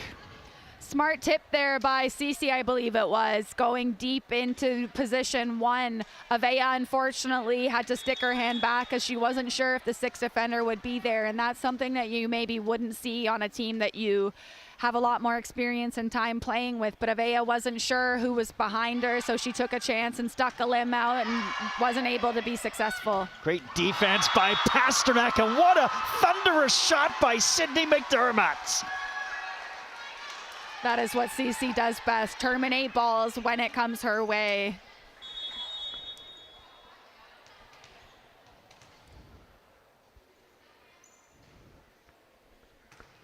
Maya Duong on the serve. Maga, short set middle, and a great job by Carmen Way to extend on that shot. Carmen Way, I'm having a great time watching her. She's such a great athlete, and she's being quite efficient right now. So she's doing an awesome job as one of, as we already mentioned, one of the only girls from the East Coast here this weekend, but she is representing very well. Wasatuck in the middle off the block, and it's set point for Team Black. They lead 24-19. I'd love to see CC go for her serve here with a bit of a buffer in this set point. It sends it to the back court. Donahue, Maga, and off the block. Enough done by Kylie Taylor to keep Team White in set number 2. Kylie Taylor, no doubt about it. She knew that ball was going out of bounds. I was up here being like, oh goodness, is that gonna fall in? But she knows way more than me, and I'm glad to see it. Duong sets it up and keeping it going. Matthews to Maga. Team Black looking to close things out.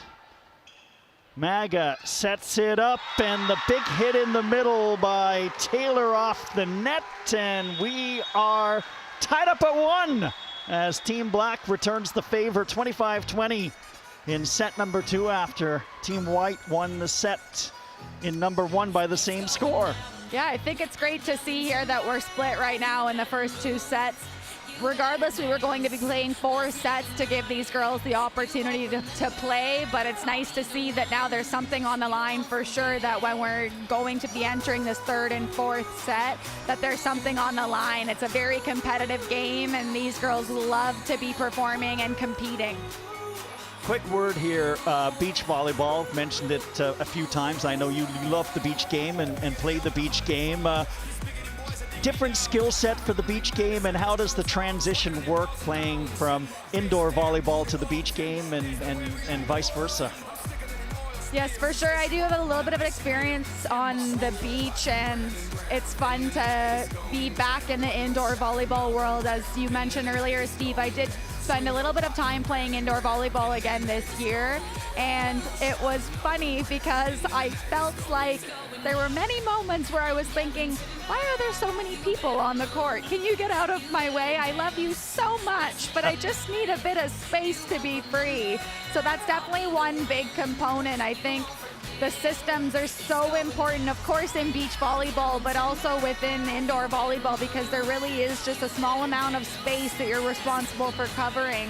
And you need to know what the system is within the team and how that changes with so many different attacking options, both front row and back row, and as substitutions are made, which really isn't the case in beach volleyball. There's only 2 athletes that you need to worry about a scouting report for, whereas for indoor volleyball, there's a heck of a lot more options out there. How is and where is kind of the beach volleyball scene? I've seen video of it being played indoors, so there's obviously some options for indoor beach volleyball in and around Ontario. Is it a thriving scene, would you say? It is absolutely a thriving scene, and it's so much fun to be watching as this Olympic battle is going on. We have one of the best teams in the countries in the world on the women's side, with Brandy Wilkerson and Melissa Humania Paredes. Well And said. hey, now she's going to be proud. Mel, you better call me after that, girly pop. But yeah, they're in a great situation right now, and they're actually just coming off of a silver medal in Ostrava, Czech Republic, at an Elite 16 event there. And then the other women's side, because we have such strong athletes on that side, Sarah Pavin and Molly McBain have been going under a big battle with Sophie Vukovic and Heather Bansley, and unfortunately they were just not able to secure that Olympic spot naturally. And Heather and Sophie will head to Mexico at the end of June alongside Sam Schachter and Daniel Deering on the men's side, who will be needing to win that tournament to give them each an Olympic berth to the Paris Games this summer. And a lot of these players as well love the beach game and play it for fun and entertainment, but also for training and development purposes as we're underway in set number 3. Beautiful shot by Ava Lynn, who's back into the game, and Team Black with a good start. Yeah, it's funny you mentioned that, Steve, because everyone has so many philosophies on when's the best time to step away from indoor and start playing beach volleyball. In Europe, they specialize very early on in terms of what stream they're doing, and everyone has an opinion here in Canada on how it should be done, but I think there's a space for both, and you can learn so much from playing both sports. So it's cool to see a lot of these girls doing just that. Beautiful setup by Julia Martins from Winnipeg to Tony Wilson of Oakville. We're tied at 1 in the 3rd. Wilson with the serve. Purvis, great set, and Grob Prins, heavy hitter, couldn't finish. Grob Prins gets it over. Purvis sets it up. Grob Prins has to go roll shot. Diving play by Chang. Great rally early in the 3rd set. Cross court. Grob Prins tried to go for the big finish. And it was wide. Grob knows she has that within her repertoire, which is why she's trying that. Wasn't able to secure that right away after spending some time maybe between sets, but she'll probably be going back to that again soon. Wilson with a big jump serve handled by Grab Prins. Purvis sets it up. Grab Prins. How about that placement? We just said we know she has that angle, albeit she took a bit of pace off of that, but I think that's a great adjustment by her. You know, you're going after that angle super sharp, too much pace. Let's take some off and still demonstrate the range that she has as an attacker, and it's great to see. Faith Hughes on the serve. Chiang drops it over. Great pancake, though. Grab Prins getting down, and then a big block. Robichaud.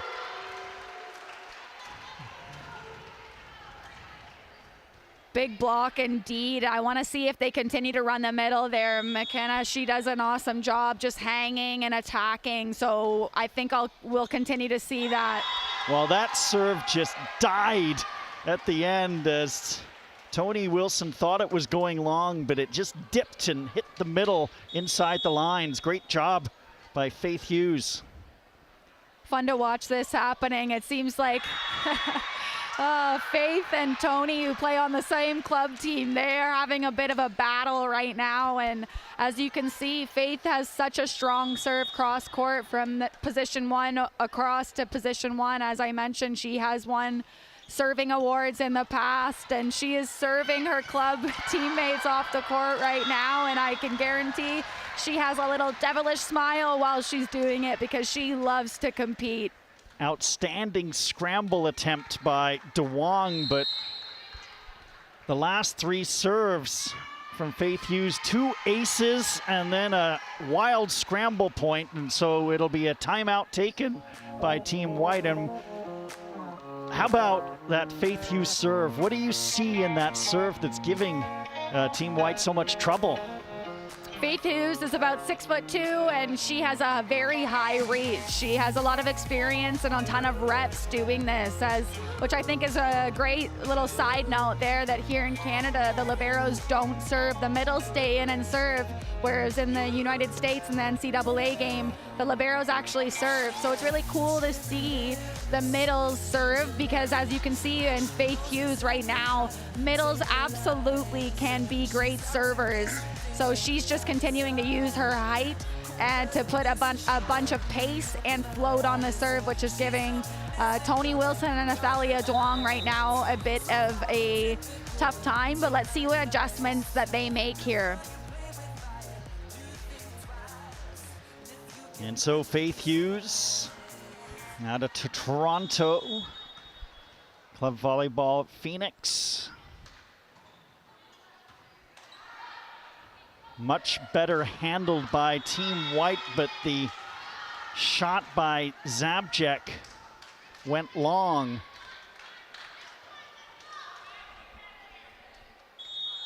Athalia doing a great job there managing Faith's serve. Let's see how she handles it now. Great job by DeWong. Martins does have to scramble, and then it does go over. Wilson getting the lion's share of the ball off the block. Brooklyn Grab Prins.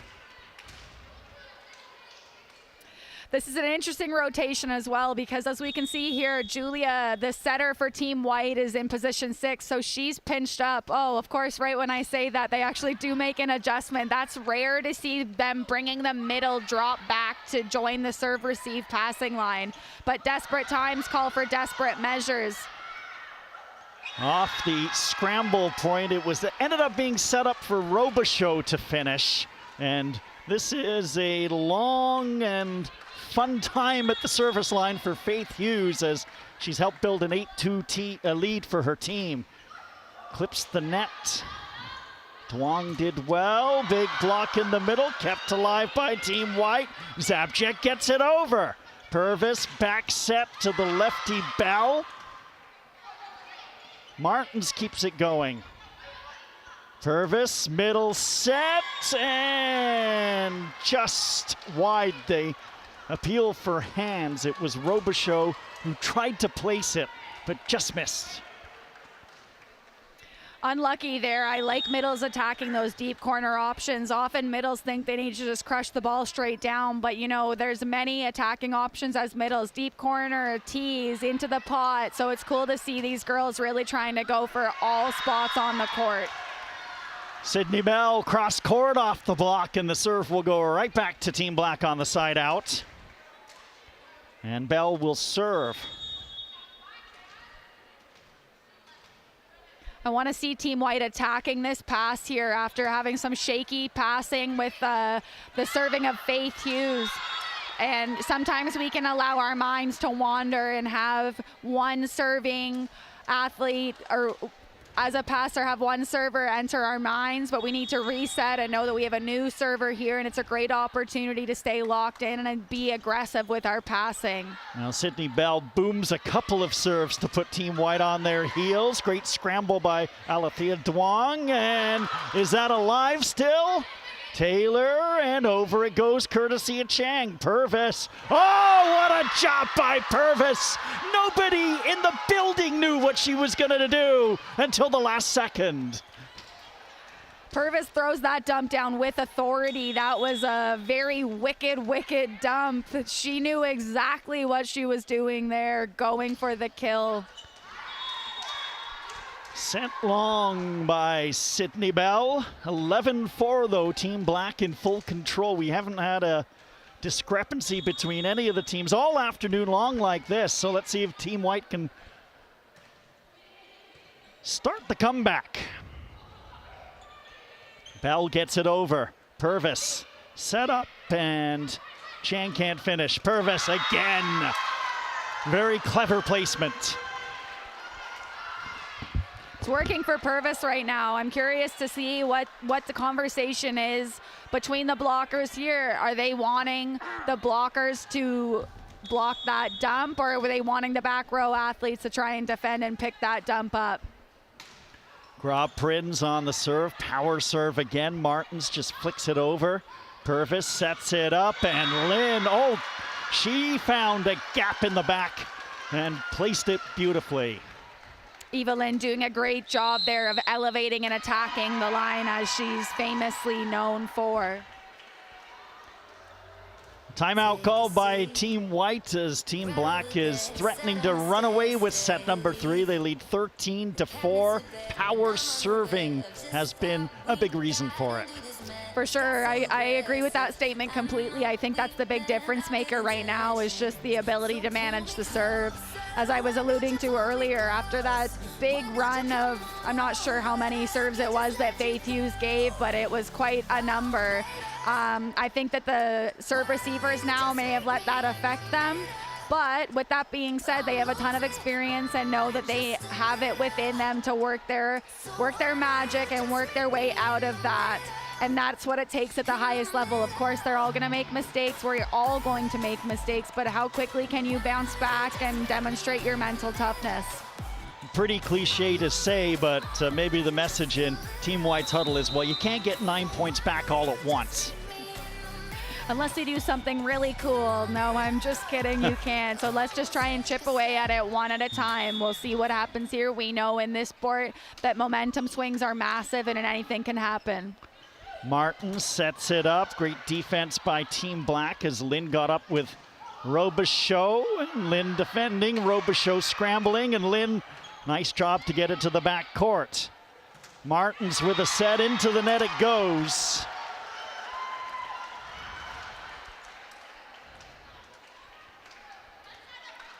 Rossi opting to go Wellings. cross court there on that one, which I agree with that decision, but I think she got a little overly excited there after not being able to get set very often in the last little while as a result of the strong serving by Team Black. But they're let off the hook here, and let's see what magic that Megan Chang can make now with her serve. Out of Markham, Ontario.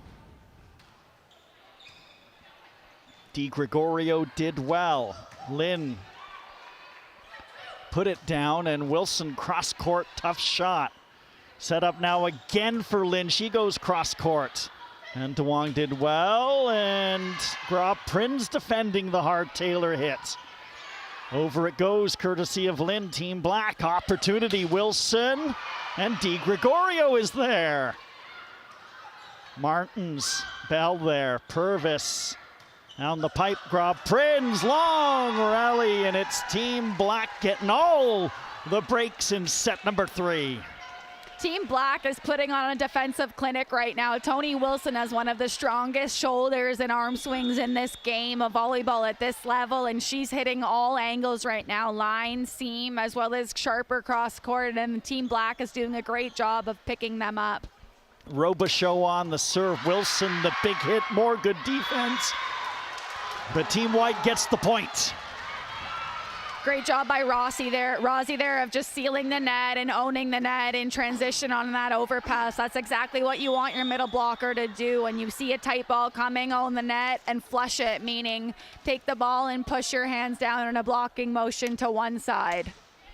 Welling's on the serve. Purvis sets it up, short set middle. Couple of attempts for Hughes. Grab-Prins. Gillick was up for defense, and the point will go to Team White. Grab-Prins really trying to go swinging hard there. She's swinging freely right now with her team being up by 8 points. And I love to see Faith Hughes getting involved in the middle as well. She was swinging hard on those balls where we've seen her tipping some earlier on this match. I'd love to see her continue to swing hard because that's exactly what she's made of and we know she can do. Impressive hang time by Eva Lynn. Black in control, 16-17. We're all tied up at 1. And Purvis clips the net, gets the ace. Purvis back row now as a setter, so that means that Team Black has 3 front row options in terms of attacking and also has quite a big block now with Sydney Bell in the front row. Purvis, another great serve. Martin sets it, Wilson gets it sent back. And DeWong gets it over. Good athleticism by DeWong. Lynn, oh, what great defense. McKenna Gillick. McKenna Gillick there with Julia Martins supporting each other on that block there against Eva Lynn. And I'm curious to see if they have made an adjustment with their block to allow that to be successful, or if Eva Lynn has changed something with her attack as she continues to swing freely. The lefty Martins, great cross-court, backcourt serve. Lynn, or excuse me, the lefty Sydney Bell. Swinging with power.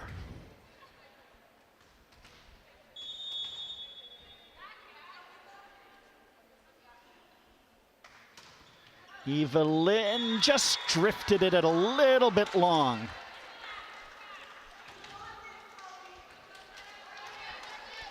Tony Wilson back to serve here. She has an absolute weapon as a spin serve, but she hasn't been quite feeling it up until this point, so she opts with the float serve. Grab-Prins has been feeling it as she delivers another powerful strike.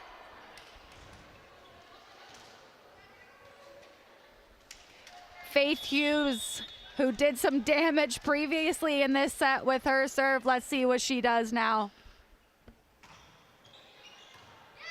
Played by Wilson. Oh, what great defense by Hughes. And Grab-Prins gets it over. Team White wants to finish this one desperately to get Hughes off the service line. There'll be a joust and tough one. Chang gets it over. Purvis. Grab-Prins roll shot, beautifully defended. Good hang time there by Team White to seal the net on their block in a bit of an unorthodox situation there. You could see the left side on Team Black. I believe it was it Brooklyn over there that had a bit of a tough time to get in on with perfect timing. So Team White did a great job sealing the net. It was Gillick with the great defense on that last play. Grab-Prins gets it over, back set, and lots of power from Sofia Zabjek for the point. Fun to watch Zabchek right now as an opposite or a right side attacker. We usually see her as a left side attacker, but it's cool to see all the angles that she can hit with big range and lots of power.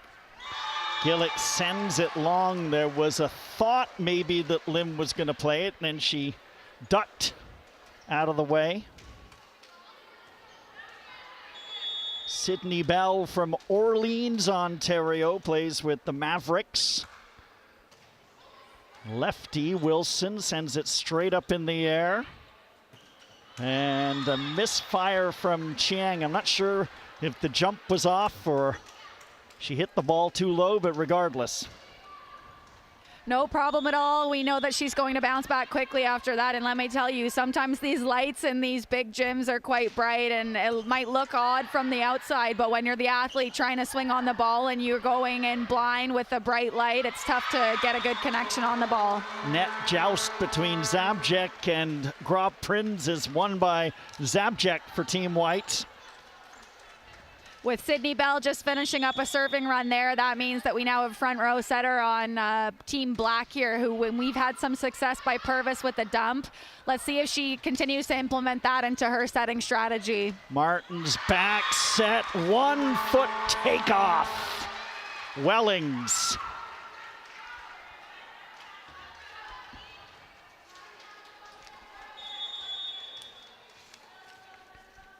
So Team White not going away here in the third. Lindstrand sent straight up. Purvis to Robichaud.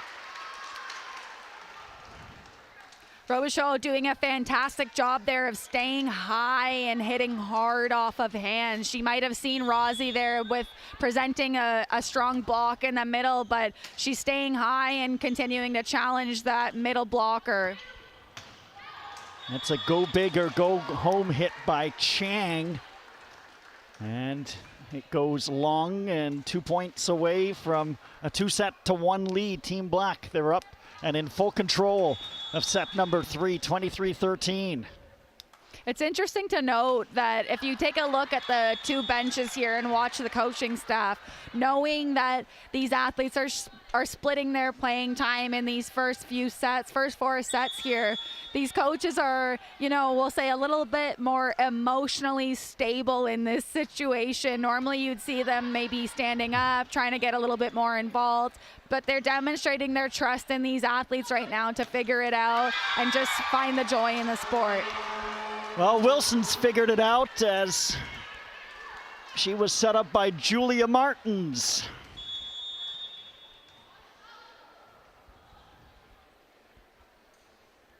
Here's Chang, serve, and that's an ace for Chang.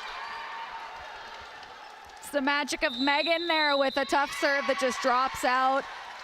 Team Black opting for a team out to just resettle, because, you know, sometimes in these situations when you are ahead by quite a few points, your mind can start to wander and we need to lock it in, right? We need to, the game is not over until that final whistle blows of this set. So Christine Drakage here just giving that friendly reminder to these girls out here to stay focused till it's all over. 3 points in a row reeled off by Team White to get the deficit down to 7, 23-16. Team Black still in control, but you're right, this is a reset timeout.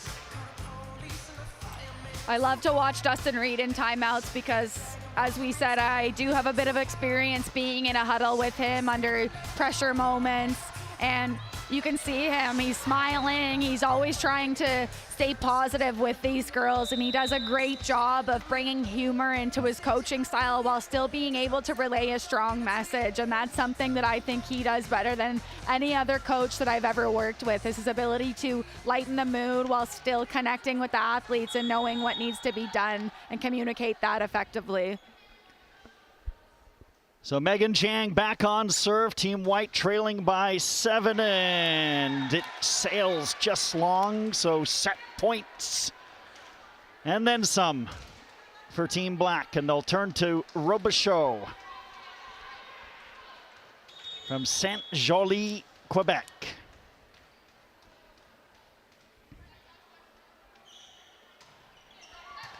Dipping serve by Robichaud. Martins back set.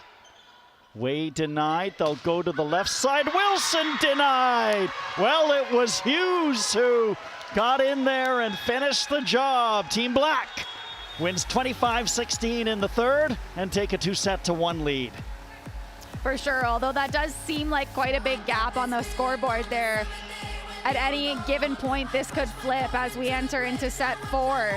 These girls know what it takes to reset and bring their best game. They need to have a short memory as they continue throughout this match. So at any point, this could be a close battle as we enter set 4, or it could be a blowout the other way. And this is why we love to watch live sports, because we really never know what happens. So the fans are here, the fans are still engaged, and I know that we're still engaged up here, Steve. 1000%. Team Black have won 2 sets in a row. So largely the same personnel in set number 2 will play set number 4. And that was a 25-20 victory for Team Black. But as you said, momentum could change in so many ways. And with new personnel who have been watching and focusing, a completely different story could be told. Hey, we win 5 sets in the first match in the 16U All-Canadian All-Star Game. So let's see what set number 4 brings. And certainly, I think the star of set number 3, Faith Hughes, with that serve, and she had a nice block at the end. Agreed. I think Faith Hughes is doing a great job. Another standout in my eyes on Team Black was Eva Lynn. She's doing a great job destroying balls and taking care of business out at the left side pin. No surprise they're keeping Faith Hughes on right now. I believe there's only 3 middles that are on each team. So they do a little bit of a rotation to keep these girls engaged and keep the fair play. So Faith Hughes, it's her turn to stay on the court and continue to shine.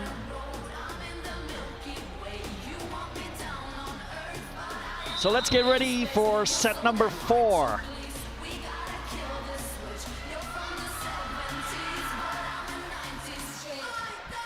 Maya Duong will start the serve for Team Black.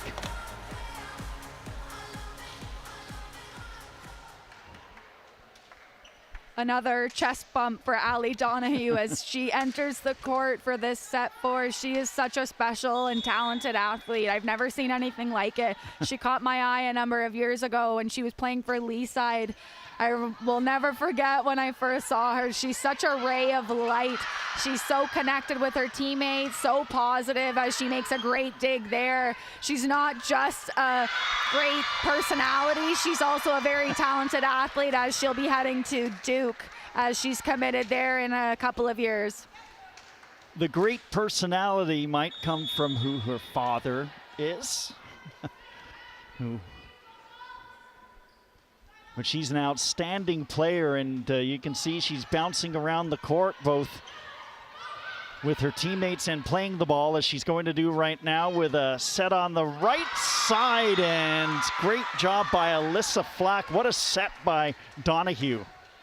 Yes, Alyssa and Ali are just connecting there, knowing that they've done that out of system play so many times together on Pac-Man, and it's fun. You can see a bit of blood, we'll say, on Ali's knee, and I saw that happen yesterday because she's such a beast like that. She's willing to go for anything. She will sacrifice her body, doesn't matter. She'll put it out all out on the line in order for her teammates to be successful. Long rally continues. Maga, Donahue, Taylor through the block. 3-0 Team White. So fun to watch this Team White have a new sense of energy with a new group of girls out on the court. They have a short memory about what had happened in the previous set, and they know that they have what it takes to bring their team back in this match. Maga floats the serve to the middle. Duong with the set. Hughes. Oh, Donahue with the pancake, and then it became a traffic jam of Team White players trying to scramble to keep the play going. Absolutely. Speaking of traffic jam, it looks as though Ali Donahue had that ball go into her blind spot as she was already rolling on the floor from her first dig. She couldn't find the ball to put it over the net for the third contact. Sydney McDermott. Maga, and that one misfired from the beginning, unfortunately, so it's 3-2 for Team White. CC McDermott, as we've already said, has such a strong serve here with the ability to put teams out of system. Maga set for Flack. DeWong, then down the pipe came McDermott, but sent it crashing into the net. Tough swing, she'll want that one back. As you can see, she was trying to go back to the right side of the court, which is position 5, which is kind of difficult hitting out of the pipe. But we know that CC can do that because she's such a talented athlete. She saw the opening trying to swing for it. Speaking of swinging for it, how about Alyssa Flack with a huge kill? Kylie Taylor from Kelowna, BC.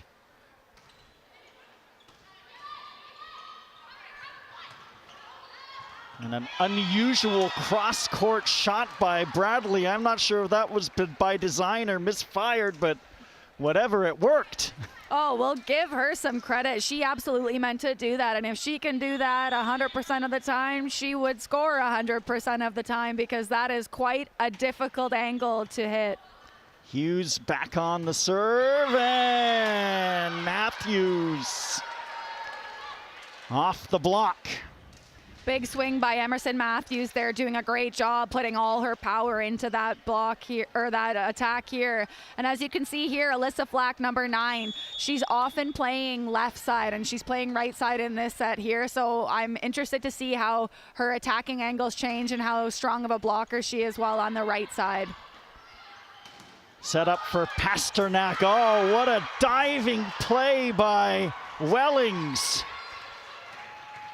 Maga now defending from a standing position. That's a great play by DeWong, and now scrambling by Team Black, but finished off finally by Team White. Looked like Wellings was the one. She sure was. We know she's a great, gifted athlete, and she put it all out there, sprawling, one-hand stabby to get that back into the court to give her team a chance to win the point. Wellings on the serve, Di Gregorio on the return. Pasternak had to adjust her angle and did it beautifully. Olivia Pasternak, the front row left side for the Team Black right now, is going high off of hands of her Pac-Man teammate Alyssa Flack. She knows her well, and she knows that's a big block in front of her, but the bigger the block, the bigger the target. She's going to try and continue to challenge that block and see if she can tool her again. Well, what placement there off the Avea Maga set by Carmen Way. They've done a great job in such a short time frame, in just 2 days' time, to find a great connection between Carmen Way and Avea Maga. Well, Team Black keeping it alive, but couldn't get it over. Great serve by Alyssa Flack, set all that up, and it's Team White in full control of set number 4. Well, this is exactly what we said could happen, right? At any given moment, there could be some shifts in momentum. And again, it's coming from the service line by Alyssa Flack. And a big block in the middle. Way got up, timeout by Team Black, 10-4, Team White. Smart timeout there once again by Christine, taking it fairly earlier in the game, but this is a 6-4 or a 6-0, a 6-point difference right now on the scoreboard. So I think that's a great time for her to take that, settle down her girls, and see what they can make in terms of defensive adjustments, passing adjustments, to give them some success out here. Set number 4, Team White has that 10-4 lead, and again, the momentum from set to set. Team Black in set number 3 had it, and you can see in set number 4, Team White has it, and you get like an energy player like an Allie Donahue, who is running around all over the place and elevating the joy of her teammates just even when she's running off the court. And, you know, those little things matter, don't they? They for sure matter. Look at her right now. She is the definition of vibe check out there. She is bringing the good vibes, good energy. The mood is light right now, which is exactly what Coach Dustin Reed wanted in these girls, is to be having fun and just not taking themselves too seriously. Alyssa Flack to serve. It's been very effective. Di Gregorio, DeWong, Pasternak. What a play by Donahue. Matthews, DeWong diving. Pasternak dropping it, tries to find an open spot in the middle. Almost kept alive by a scrambling Taylor and Donahue. Goodness me. That was nearly a perfect block coverage there by Donahue, but unable to bring that one up. But I can guarantee you she'll have another opportunity again as this game progresses. What a play by Kylie Taylor off the serve off the net, but too much power. Great job. Looked like that was McDermott. It's so fun to watch these girls play free and play loose. I always say when I'm coaching is that if you're tense, then that's exactly how the ball is going to be coming out when you play the ball, right? But if you're loose and having fun, then your contact will be great on the ball. So that's easier said than done, of course, right? But these girls have a lot of experience, and that's what's the real difference maker at the highest level in the world. Matthews, a couple of attempts for Team White, and putting it down was Sydney McDermott, and Team Black starting to creep back into this. Sydney McDermott, and when she's in the front row, you can guarantee that, she's going to do some damage, and she's so great at seeing the block and finding the seams and the holes between the blocks. She's a great beach player, as I've already mentioned, so I would continue to feed her to have some success. Wasatuck into the net. That ends the mini run of 3 points by Team Black, so Team White will serve up 11-7, and it'll be Emerson Matthews from Lloydminster, Alberta.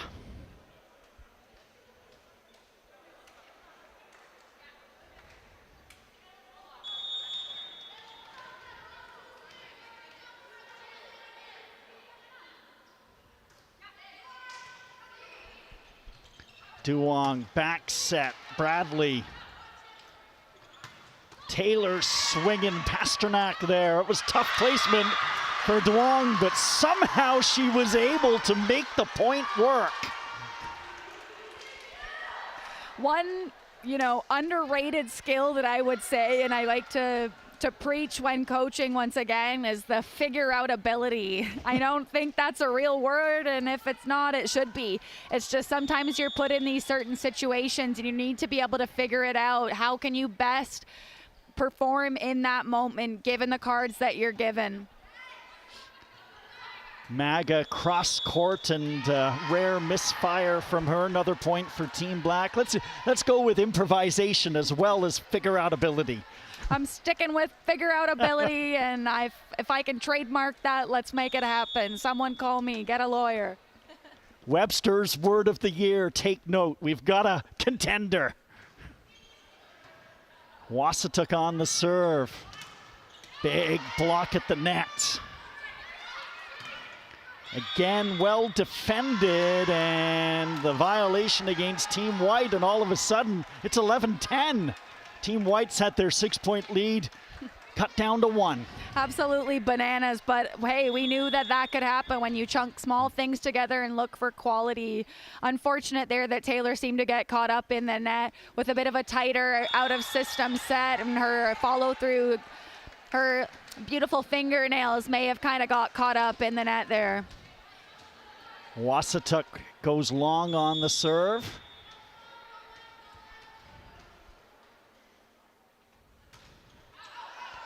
And that one's sent long by Carmen Way. So back it goes to Team Black, and they're looking to tie this game up in the 4th set.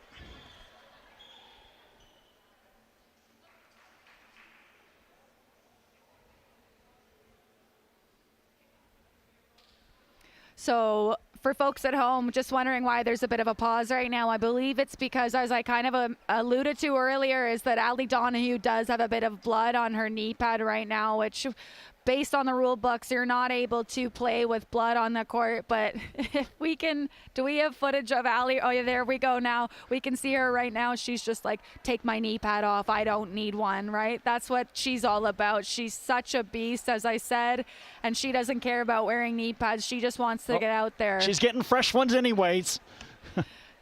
Such a great opportunity to thank Mizuno for fitting these girls. They look amazing, and if we could get a photo of her putting this on. Great round of applause.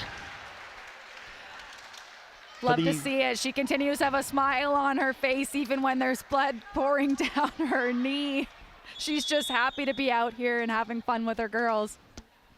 Turned it into a one-woman show as we go back to live action. Duong on the serve, one-footed takeoff. And Carmen Way, or Wellings, excuse me. Yeah, I believe that was Rosie up there running a slide, as she does so well. She does this as one of her super skills as being such a talented athlete. I haven't seen anyone do this quite as well at this level. Her and Delphina Henson do such a great job elevating off of 1 foot when they're running the slide. Great job by Faith Hughes to put that one down. And you'll have to forgive me because Wellings and Way both wear number 12. They're both dark-haired, and their last name begins with a W.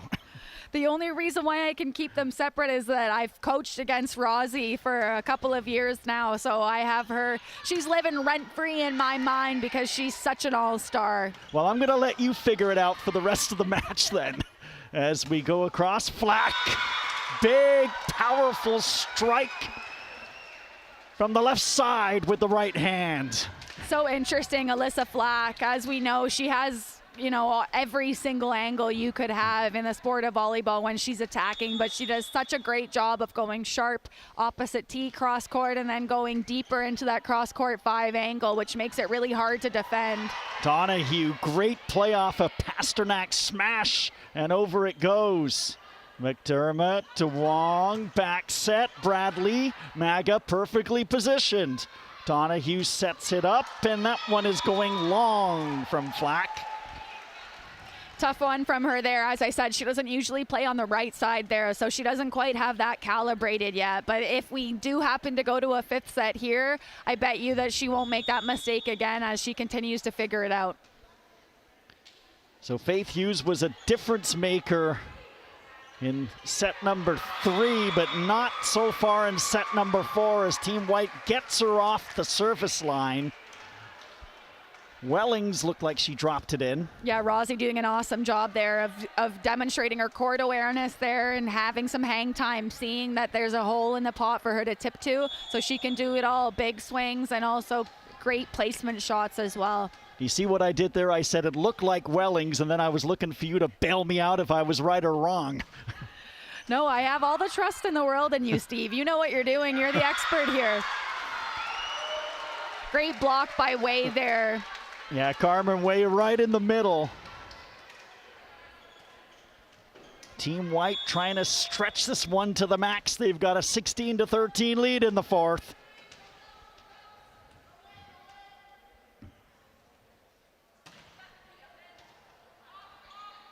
Duong, Pasternak, loaded it up and got it through the block. Maya Duong to Olivia Pasternak, they do that all the time with their club at Pac-Man. So if things continue to stay tight, I would think that Maya would continue to put her trust in Olivia as her great pin hitter there. Chloe Bradley on the serve, dropped over by Way, and Donahue with the reactionary play. Maga gets it over. Duong sets it up. Pasternak again, great play, and almost kept alive. Donahue really sacrificed, but there was too much power from Pasternak. Ellie Donahue did a great job there with the one-arm stabby there. She has, spending time with Athalia Duong. Between the two of them, they are just making big plays in this match with one-handed digs. It's great to see the athleticism on display. Bradley with an opportunity to tie the fourth set on her serve, sails one long.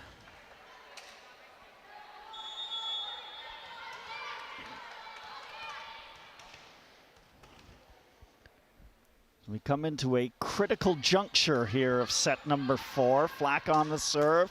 Set up and great back row defense by Taylor. Matthews sent back. Wassetuck got up. And then it's blooped over by Matthews. Set up Pasternak. Donahue diving. But Team Black will come up with the point in the end.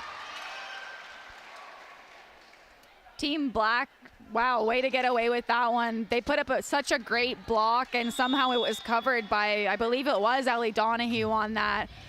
But they need to continue to trust in their block defense there to make great plays as they get another steal there. Big moment in the set off that Pasternak serve, as we are now all tied up at 17 in set number 4. Olivia Pasternak. Matthews, Maga, back for Matthews, big swing, and she gets it through. Matthews to serve. Abby Watusik there, the middle blocker on the Team Black, doing a great job of read blocking or trap blocking perhaps to ensure that there's a double block on Emerson Matthews, but Emerson is just such a talented attacker that it doesn't matter if she does have 2 blockers in front of her. Beautifully disguised play from Maya Duong, who caught Team White napping on the defense.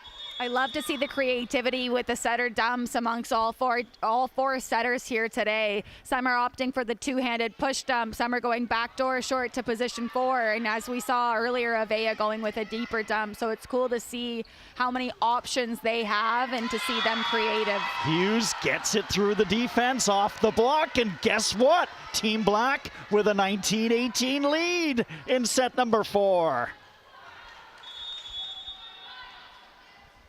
Wassetuck back to serve.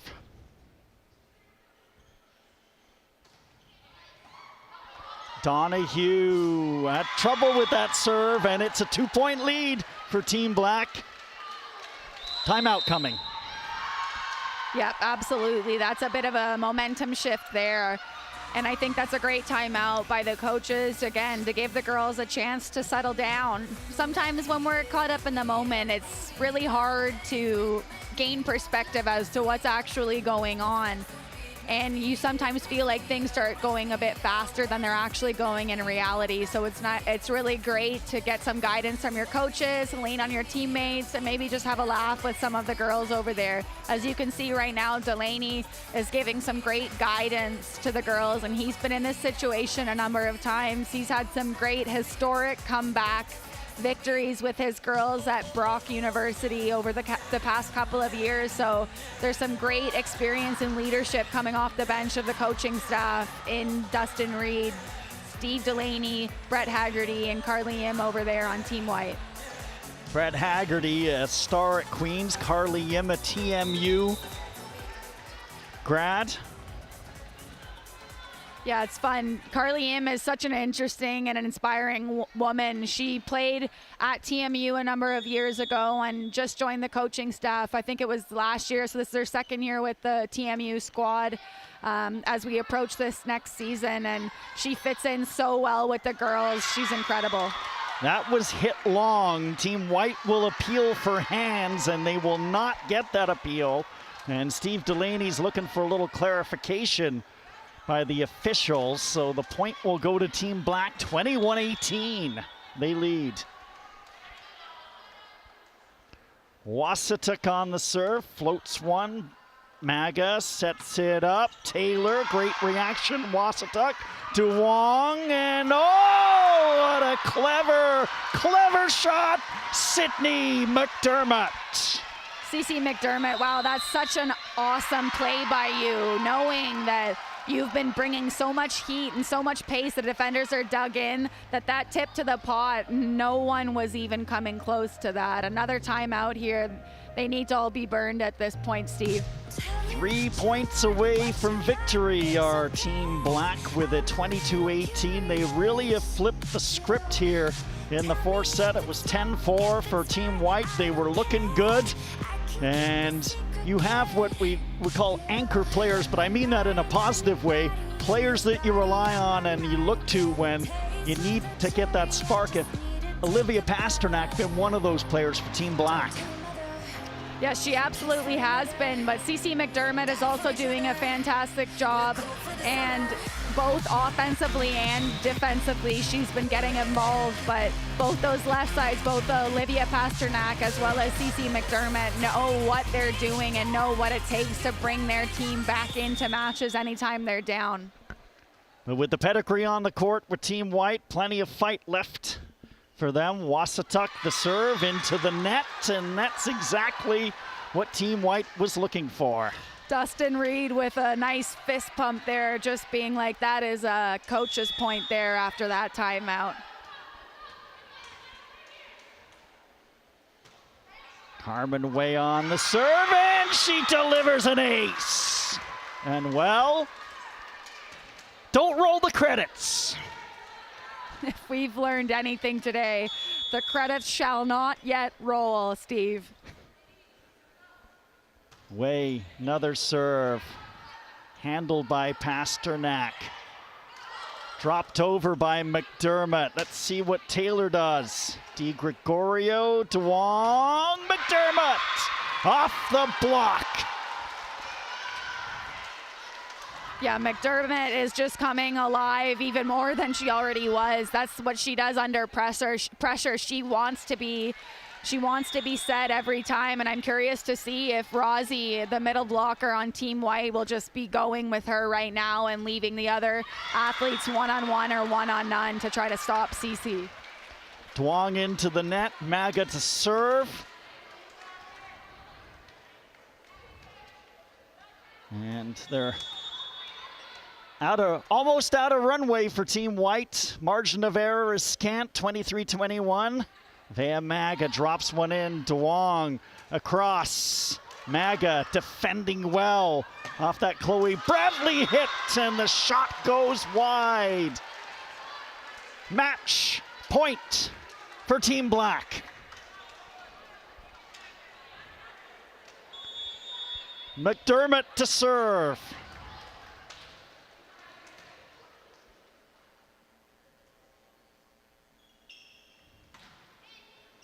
How about an ace to close the proceedings for Team Black as they will run on the court and celebrate a 17U All-Star victory here at the All-Canadian. Very exciting for the girls. I think this was some great quality here, and I still believe that these girls did a great job of managing expectations and managing, pressure situations as we progressed through that match. They never put their heads down, as we saw so many point swings with different leaders throughout the match. So it's really cool to see them gain this experience here at the All-Canadian Games presented by Kyndryl. Just try and frame the whole day here. Beautiful job by Team White. They win 3-2.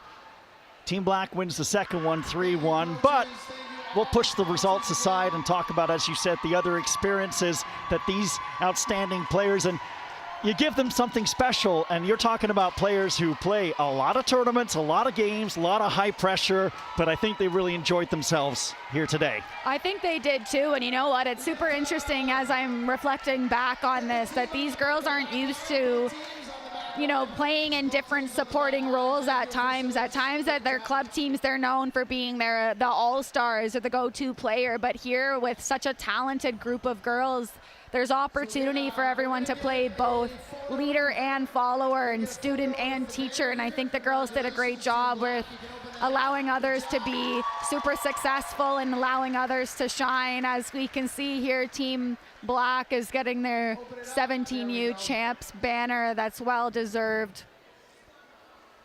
Presented by Jerry D. Of course, he's the father of Allie Donahue, outstanding player for Team White.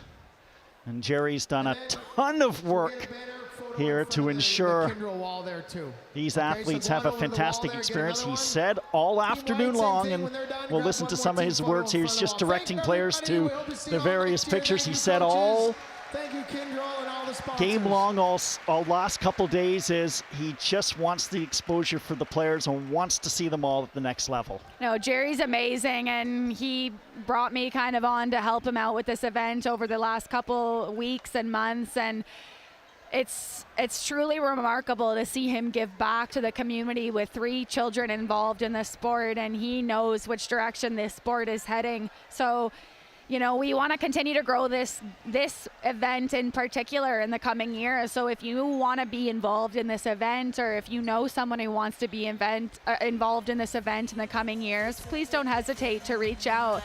You know, we have a ton of great sponsors. The major presenter of this event, Kyndryl, but CBC Sports is our media partner here. Thank you so much to them for presenting a space for us to be able to highlight the talent of these women here today, along with Gatorade, The Keg, Pizzaiolo, Basil Box, Overkill, Mizuno, Green Park Group. The list goes on, but we're always willing to bring more partners on to continue to grow this event. Players will take memories from this weekend forever, and what a pleasure it was working with you. I will say this. You came to me and you said you'd never done this before, and I said that I partnered with somebody named Lauren Bredner at the U Sports Women's, and she said she'd never done it before, and she was great by the end of the first game, and I said the same thing was going to happen to you, and it's true.